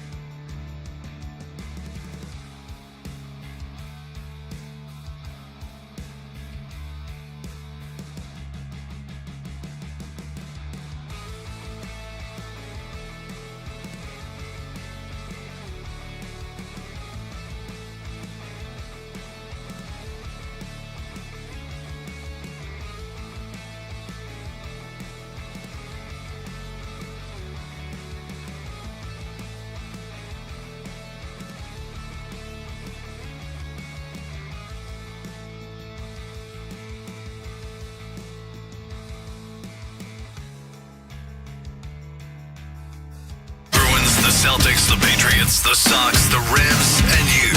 We're Boston's home for sports. 98.5 The Sports Hub.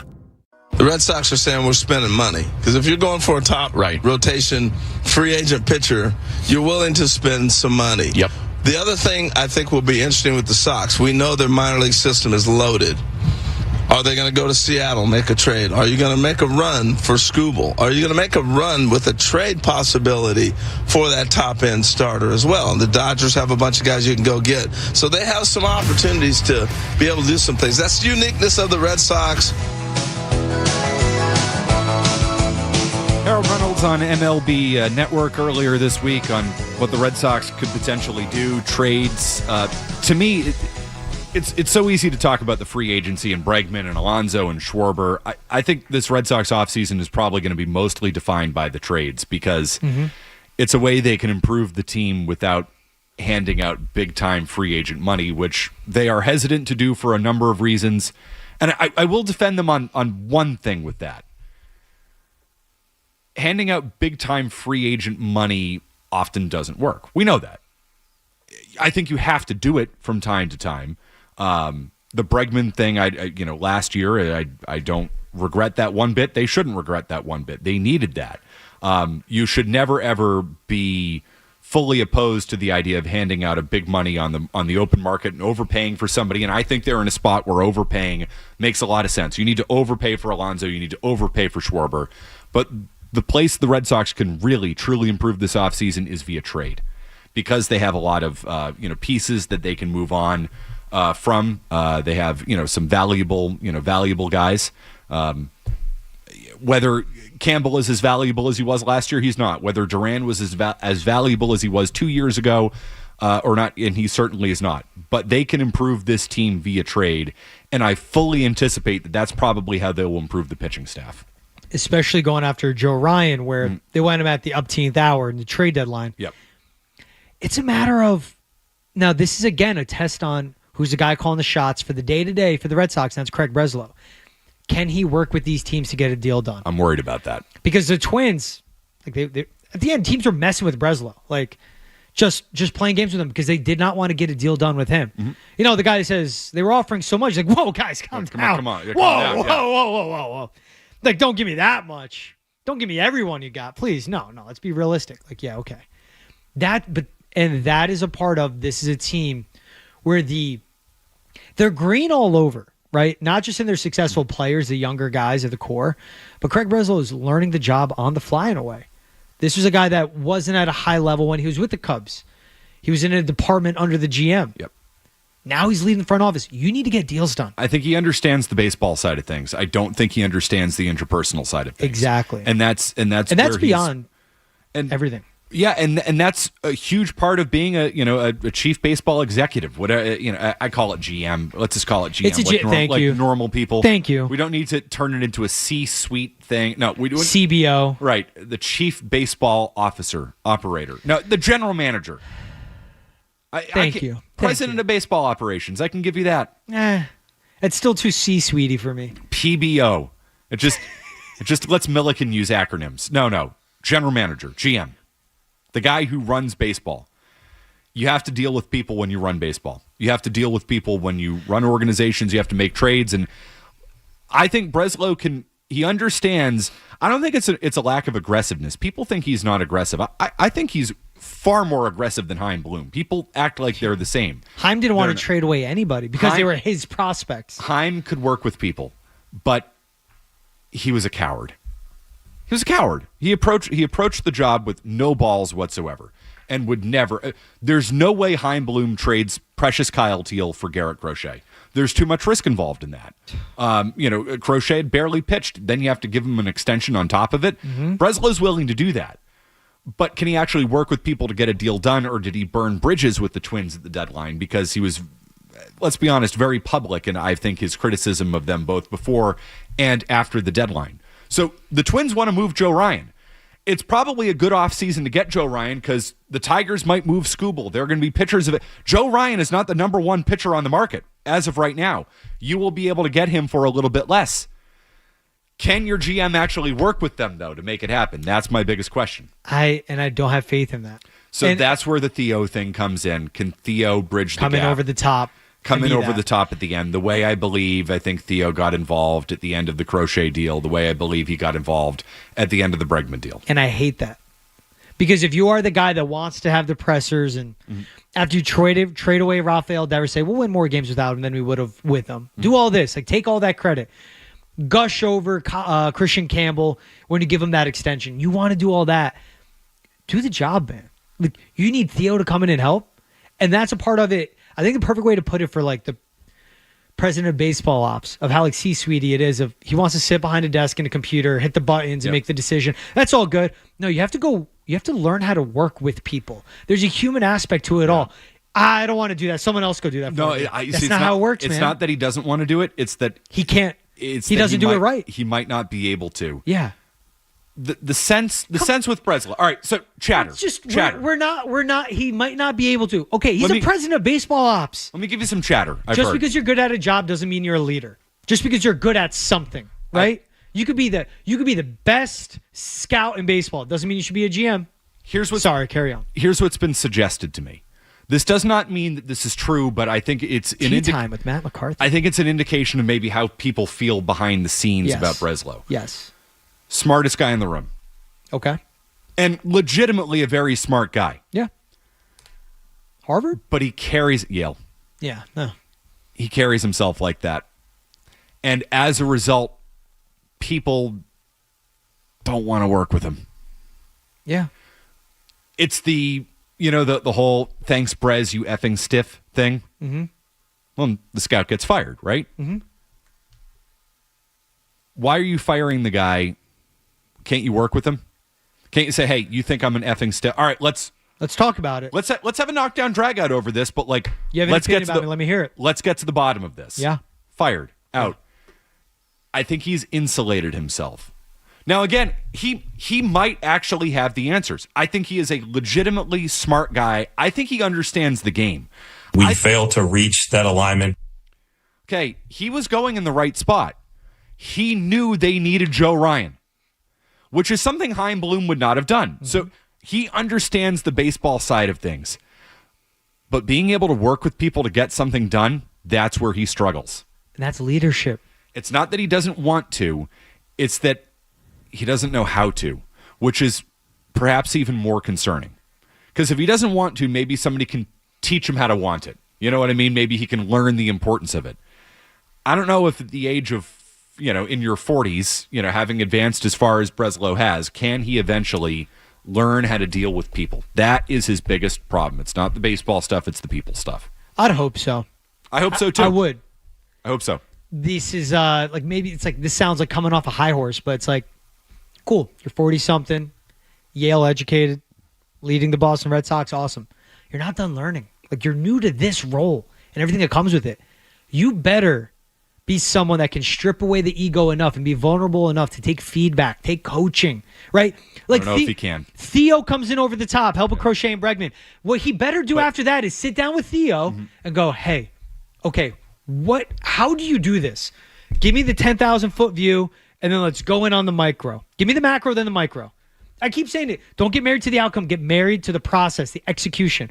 Theo, how do you execute minute by minute with this stuff? Because I eventually want to get to that. It's a different power. It's a different power dynamic, though, and this is what I'd be concerned with the power dynamics with Breslow. If Theo tells him something, that's Theo. That was his boss in Chicago. Was his GM here. He's a mentor. That's one thing. If ownership tells him to do something, that's the boss. What if somebody under him tells him to do something? What if a peer, tells him to do something? Constituent. What if it's a peer around baseball that you need to work with to get a trade done? Yeah. It's one thing to listen to Theo. A lot of us can listen to our boss. How do you treat those around you? How do you interact with those around you on the same level and below you? Yeah. I think just based on the chatter, I think that's something he struggles with. How about Dalton and Dedham? Hey, Dalton. McCarthy, how we doing, my friend? How you doing, man? Good, man. Good. So, honestly, this offseason, I think it's the most important, and the Red Sox, coming up right now, I don't understand what they're going to try to do right now, but the Bregman thing, I understand with Scott Boras. He's trying to get his guys paid, everything works out like that. You know, he had the weird little comments over the weekend, which were really, really funny. You know, nobody wants to see Bregman go. But McCarthy, I gotta talk to you about this. You listening? I'm listening. I'm listening. Good. So Tristan Casas, if he goes, right? He's not going anywhere. They have anywhere. this kid from Japan.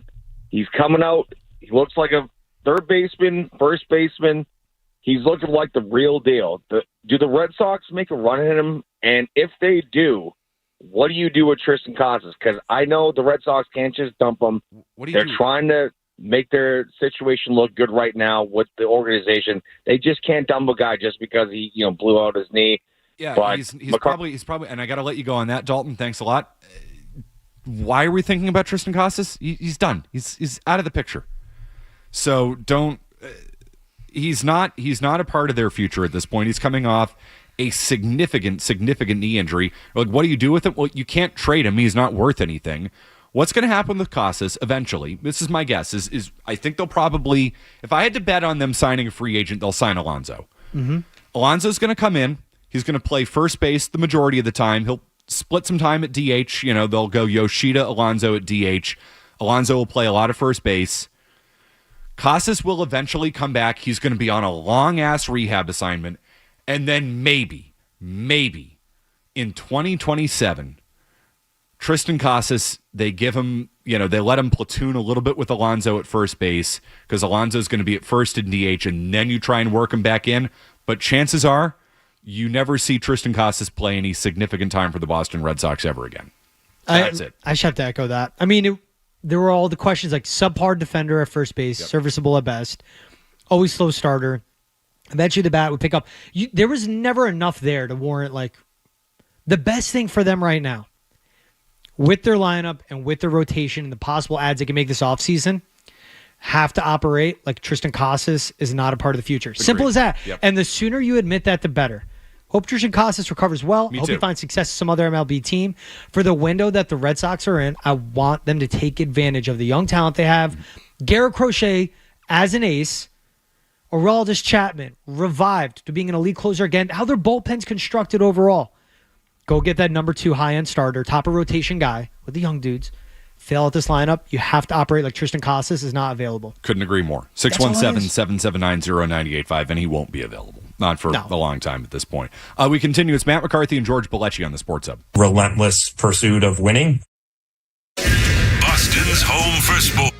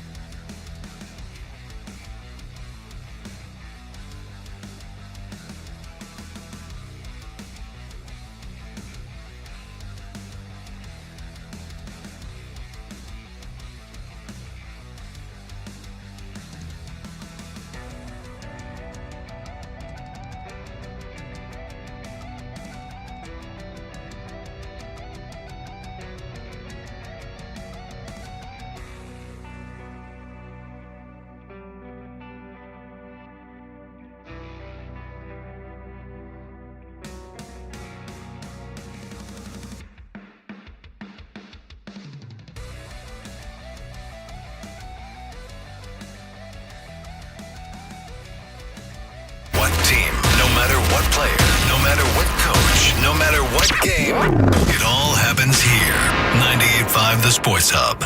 I came here because of Drake. I knew what he would be, and it was important for me to come here, and that's who I wanted to coach. And so building a program is about that. It's about putting great people around your really good players, and that's what Drake is for us, and we have a lot of those guys. And Diggs has come in and been fun. I mean, it has been a blast. And so I've enjoyed coaching all these guys, and they like playing together.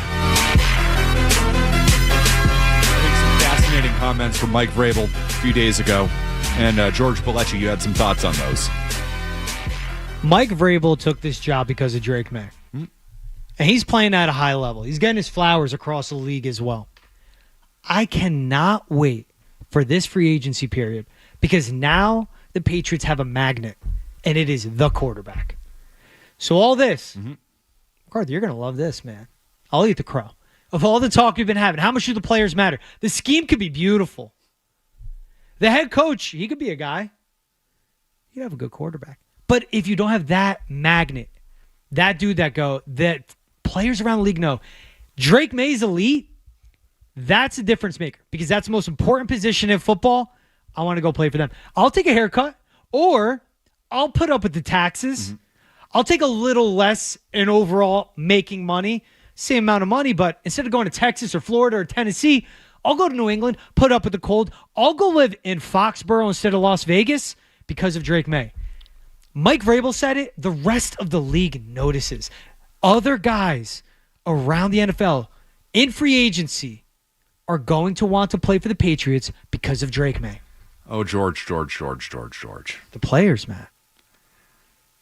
In a vacuum, it's a really nice thought. Are the Patriots going to spend the money to bring in players this offseason? Coming off an offseason where they spent a lot of money. Yeah. Robert Kraft just told us. NFL. Don't. Are you're a cap space person? You actually You have the money to spend. You better spend it. I'm with you on this, though. No. Ownership's cheap. Yes. Why? Two factors on why is Josh McDaniels the offensive coordinator? They know him, and someone else is paying him. That's it. And let's see when the money gets real and it gets kicked in. Yep. A lot of this staff for Mike Vrabel maybe getting paid by other teams. No, the ownership's cheap. And this is my thing. You bring in Mike Vrabel. You're Robert Kraft. Yep. You brought in Mike Vrabel to run the football operation. And when he says, I can land this guy in free agency, here's the number. You better say yes because it'll make us a contender. Will they say yes? Better. They spend money, and they've talked about this in 3-year increments. So, 2021 offseason, they spend a lot of money. Jonnu Smith, Hunter This Henry. past offseason, they spend a lot of money. They're not going to follow that up by spending a lot of money this offseason. Don't look at the cap space. Oh, they've got the most cap space in the NFL. History will tell you they don't spend money in back-to-back offseasons. And that will be the dumbest thing they can do because they only have so long before they have to pay Drake May. Oh, you see, and that's the cost control rookie contract. It's the right. No, it's a load of crap. And I'm not the cost controlled rookie contract, but pay elsewhere before you have to pay him. I'm saying what they should do. I'm not saying they're going to. Like, look, I'm not like the Crafts. This is what they have to do. Guess what? You have to spend money to win a Super Bowl. You have to draft well, and that's what they're going to keep hammering. Yep. You have to draft well. You have to build through the draft. We were talking about the Eagles earlier. Lane Johnson, Jordan Mailata, guys that they've drafted, Milton Williams, Josh Sweat, traded for A.J. Brown, but essentially drafted him. They gave up a first for him, Devontae Smith. All this. They drafted a lot of that core. They filled in Landon Dickerson. I'm talking interior offensive lineman now, but all right, I'll stop. You have to draft well, but you have to go out and spend to put your team over the top, and they better do that. My point with loving that bite from Vrabel is he's admitting this quarterback is why. Yes. And he's also probably getting paid handsomely. But other players, they will be willing to sign with the Patriots. They'll be more pulled towards going to New England free agency. But yes, end of the day, Robert Kraft has to sign that check. So it's different for a coach and a player, though. For a second-time head coach, though, because he's not getting a third crack at it. It has to work out. Tying yourself as a head coach to a quarterback makes more sense than any financial implications or anything like that. For Mike Vrabel, this is it. Yeah. The next 10, 15 years of his career. coming here where he felt good about the quarterback situation, feels good about the ownership situation, is comfortable here. Like, those are all factors. But the number one reason he came here is because Drake May showed a lot of potential last year, believed in the quarterback. If you believe in the quarterback, and he learned this in Tennessee when he did not have the quarterback, that's a lesson he had to learn. You better have it the second go-round. Yeah. That's why he came here. Drake May's a draw for Mike Vrabel in that spot. For a player, if all things are equal, Drake May is going to be a draw. I'm telling you, that is happening right now, Matt. But are you going to leave $5 million on the table just to play with Drake May? No, of course not. Probably not going to happen. And few and far between. But if you draft well and you can fill in those cores, like you draft guys that can be contributors, right? Top dogs on your offense and your defense. Free agency still matters to fill in the cracks. And I'm talking like leaders. It could be vets. Yep. So it doesn't have to necessarily be those top dollar guys. True. But I'm saying there are players out there in the NFL would have completely written off coming to New England altogether. Not even consider it. If I'm at my age, I want to get paid and I want to be a contender. With Drake May, they'll be a contender. Like, it's not always the top billing, the top free agent out there for an edge rusher, receiver, Secondary whatever. guy.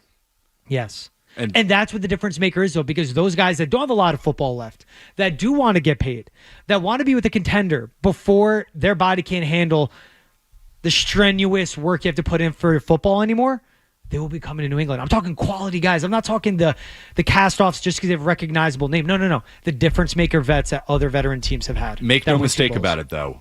Drake May's impending contract will not be the reason why they spend. It'll be a reason why they don't spend. Christian Gonzalez, same thing. He's going to be getting $30-32 a year. Yep. Drake May will get $500 million if he continues on his trajectory. Sure. $300 to $350 million guaranteed. I've been calling that before this season. And you're right. The Crafts won't spend because of that, but the opposite is they need to now before they get to that. 617-779-0985. How about JP in North Providence? JP, thanks for hanging on. I know you've been patient. Much appreciated. McCarthy, I am all aboard with signing, thank you, the bread man. Overpay, get him. Now, I'm feeling a bit nostalgic, Matt. I can go quick. I know you're up against it. First of all, Thanksgiving Day, without a doubt, the GOAT of all coaches, best dressed, Tom Landry with that fedora on Thanksgiving. I wait for it. It's still the best. Nobody's going to top him. Big Bad Bruins are back. Zadorov is my new favorite Bruins. It's like the 70s all over again. Matt, I'm going to break out my T-shirt. It's on to Cincinnati. And finally, the best memory, McCarthy 1, McCone 0. Rack 'em. See you, JP. Love that. Don't even know where that scoreboard's coming from, but I'll take it McCarthy 1 up on McCone. Oh, no, that would be the 98.5 The Sports Hub Public Search Contest in 2013, where I was victorious and Tim McCone lost. But I failed too. Still got the job anyway. You failed too? Yeah, You it was the anyway. Manchester, New Hampshire leg. People's champ, though. People's champ will never fail. That's right. Yeah, still Zolak's boy, so it's about who you know. Look at you guys now. Look at us. Look at how far we got. Who would have thought? You and me, George.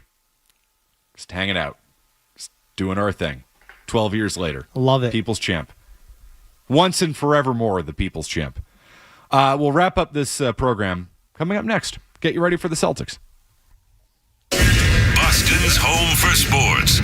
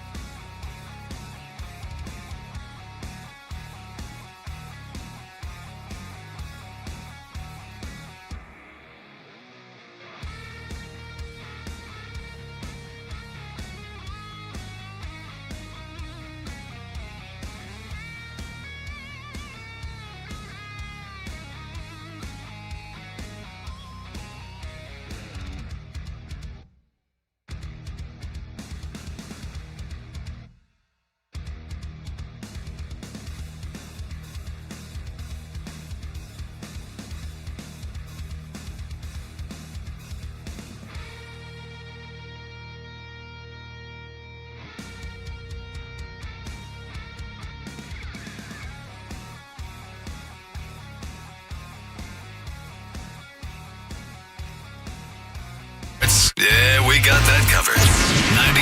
98.5 The Sports Hub. I mean, just like anything else, it's just balance. It's a balance. I mean, you're never going to get 100% of something or 0% of something. It's just a balance. And so, I think you just build awareness to that balance and you kind of go from there. Joe Mazzulla talking about balance, talking about something. I've started to tune him out. I'm not going to lie. Yeah. It's a lot. There's some good, I pay respect to the good filibusters out there. Tom Brady, elite filibuster. Says so much without saying anything. Joe Mazzulla, quick, fast pace, keeps his tone low, so you got to really lock in and listen. But talks really fast, using big words, and it's methodical. It's dude, just balance what? What are we saying here? Balance. Joe? How about more twos, less threes? That's the type of balance I would be interested in. You're going to say balance at the podium, and you're going to go chuck up 67 threes a game with Peyton Pritchard and Hugo Gonzalez. What are we doing, Joe? So Sean Silver's in the house. He's going to be here for the Celtics for the duration of the day. We'll be doing halftime and postgame with Grandy and Max on the call. We'll get Celtics Clippers going on. I don't know if we can pot Silver up here, if we wouldn't mind. There we go. One of the true basketball authorities at the station. Silver, good to see you, man. Good to see you guys. Like I said, been listening this afternoon. This is what Sunday afternoon sports radio is all about. We won't. So, I know Enjoy. there's a lot of Monday through Friday discussion on the three-pointers, but I ask you, basketball expert, and I say that seriously because you are a true hoop head. Is the three-point thing overblown with this team? Well, yes and no, and that's a non-answer, right? But, this has been a conversation for years, right? And originally it was the Celtics were kind of right behind the Warriors, like, say, 2015 Warriors, and adopting this, under Stevens, this just bombs away philosophy. And when they were the Bridgies, that was a part of their success, was the volume, was the threes. Obviously, the whole league has gone on to this now. So how does that make you really stand out? Well, you really stand out when you can execute it at a high level, when you have a starting lineup that also has Drew Holiday, an above-average career three-point shooter, Kristaps Porzingis, the ultimate unicorn, 7'3" guy who can also bomb threes. You do not have the personnel on this team anymore. So I understand the theory, but you're working with a decade-old theory here where everybody else in the league is caught up to you and you no longer have the personnel to execute it. So the growth of Joe Mazzulla, to me, just comes from – because he did. The championship year, he found another way to win when the threes weren't falling. How do you find a way to win this year? I don't think you can. That's the ultimate question. Admittedly, I don't think you can. So this is why we bring Silver in for reasoned, measured basketball takes. But I think we can all agree it's too much. It's also when they won that championship, and I agree with his philosophy here. When you have that lineup, you mentioned Drew Holiday, also absorbing his role of what he'll be offensively. Same thing with Porzingis, same thing with Al Horford. Joe Mazzulla, his approach was simple. We are going to shoot 53 threes a game. Because when it comes to a 7-game series, on average, we will hit more threes than you. We're going to lose 2 games, maybe. But guess what? The 4, we're going to hit 47% from deep. We're going to defend on the perimeter. You guys can't keep up. Turns out that didn't happen. when they won the ring, when did they lose to the Heat? They were cold, Heat were hot. Same thing with the next round against the Pacers. Same thing in the NBA Finals against the Mavs. Luka and Kyrie got hot one game. Celtics dropped it, and then guess what? They won the ring. That's what it was. But the personnel was important. You're right, Sean. That's it. Now it's true coaching, Joe. Balance, Joe. Stay tuned. Sean Silver will be on after the Celtics game with the Celtics and the Clippers coming up next with Grandy and Max. Thanks to the People's Champ, George Sepulveda, for all his hard work today. George Balekji, it's been fun, man. My man, always good. Always good to be on with you. I'm sure we'll be back together soon. Talk more scheme. Can't wait for it. Nothing more exciting than talking about football scheme and X's and O's. Clint Kubiak. You coachist over there. The big coach, a victim. Dave been poisoned by big coach. Players matter more, as has been proven by the Patriots this year. Sean McVay. Don't start talking about offensive coordinators in college. Just Riley please save Larkin. me. I don't know who that is. And I'm glad offensive coaching assistant on the Patriots staff. He's basically an intern. I don't care. I don't Chip care. Kelly coaching tree. Grandy and Max up next. From the Town Fair Tire Studios, this is Boston's home for sports. WBZ-FM at HD Boston 98.5, the Sports Hub. Media Group Station. This is Star Market Celtics Today. Download the Star Market Deals and Delivery app today. Jalen, right-hand dribble into the paint, goes to Derek White, who steps back into the corner for three. Moving and grooving. The Celtics are brought to you by BetMGM, the king of sportsbooks. Amica Insurance, your New England Honda dealer.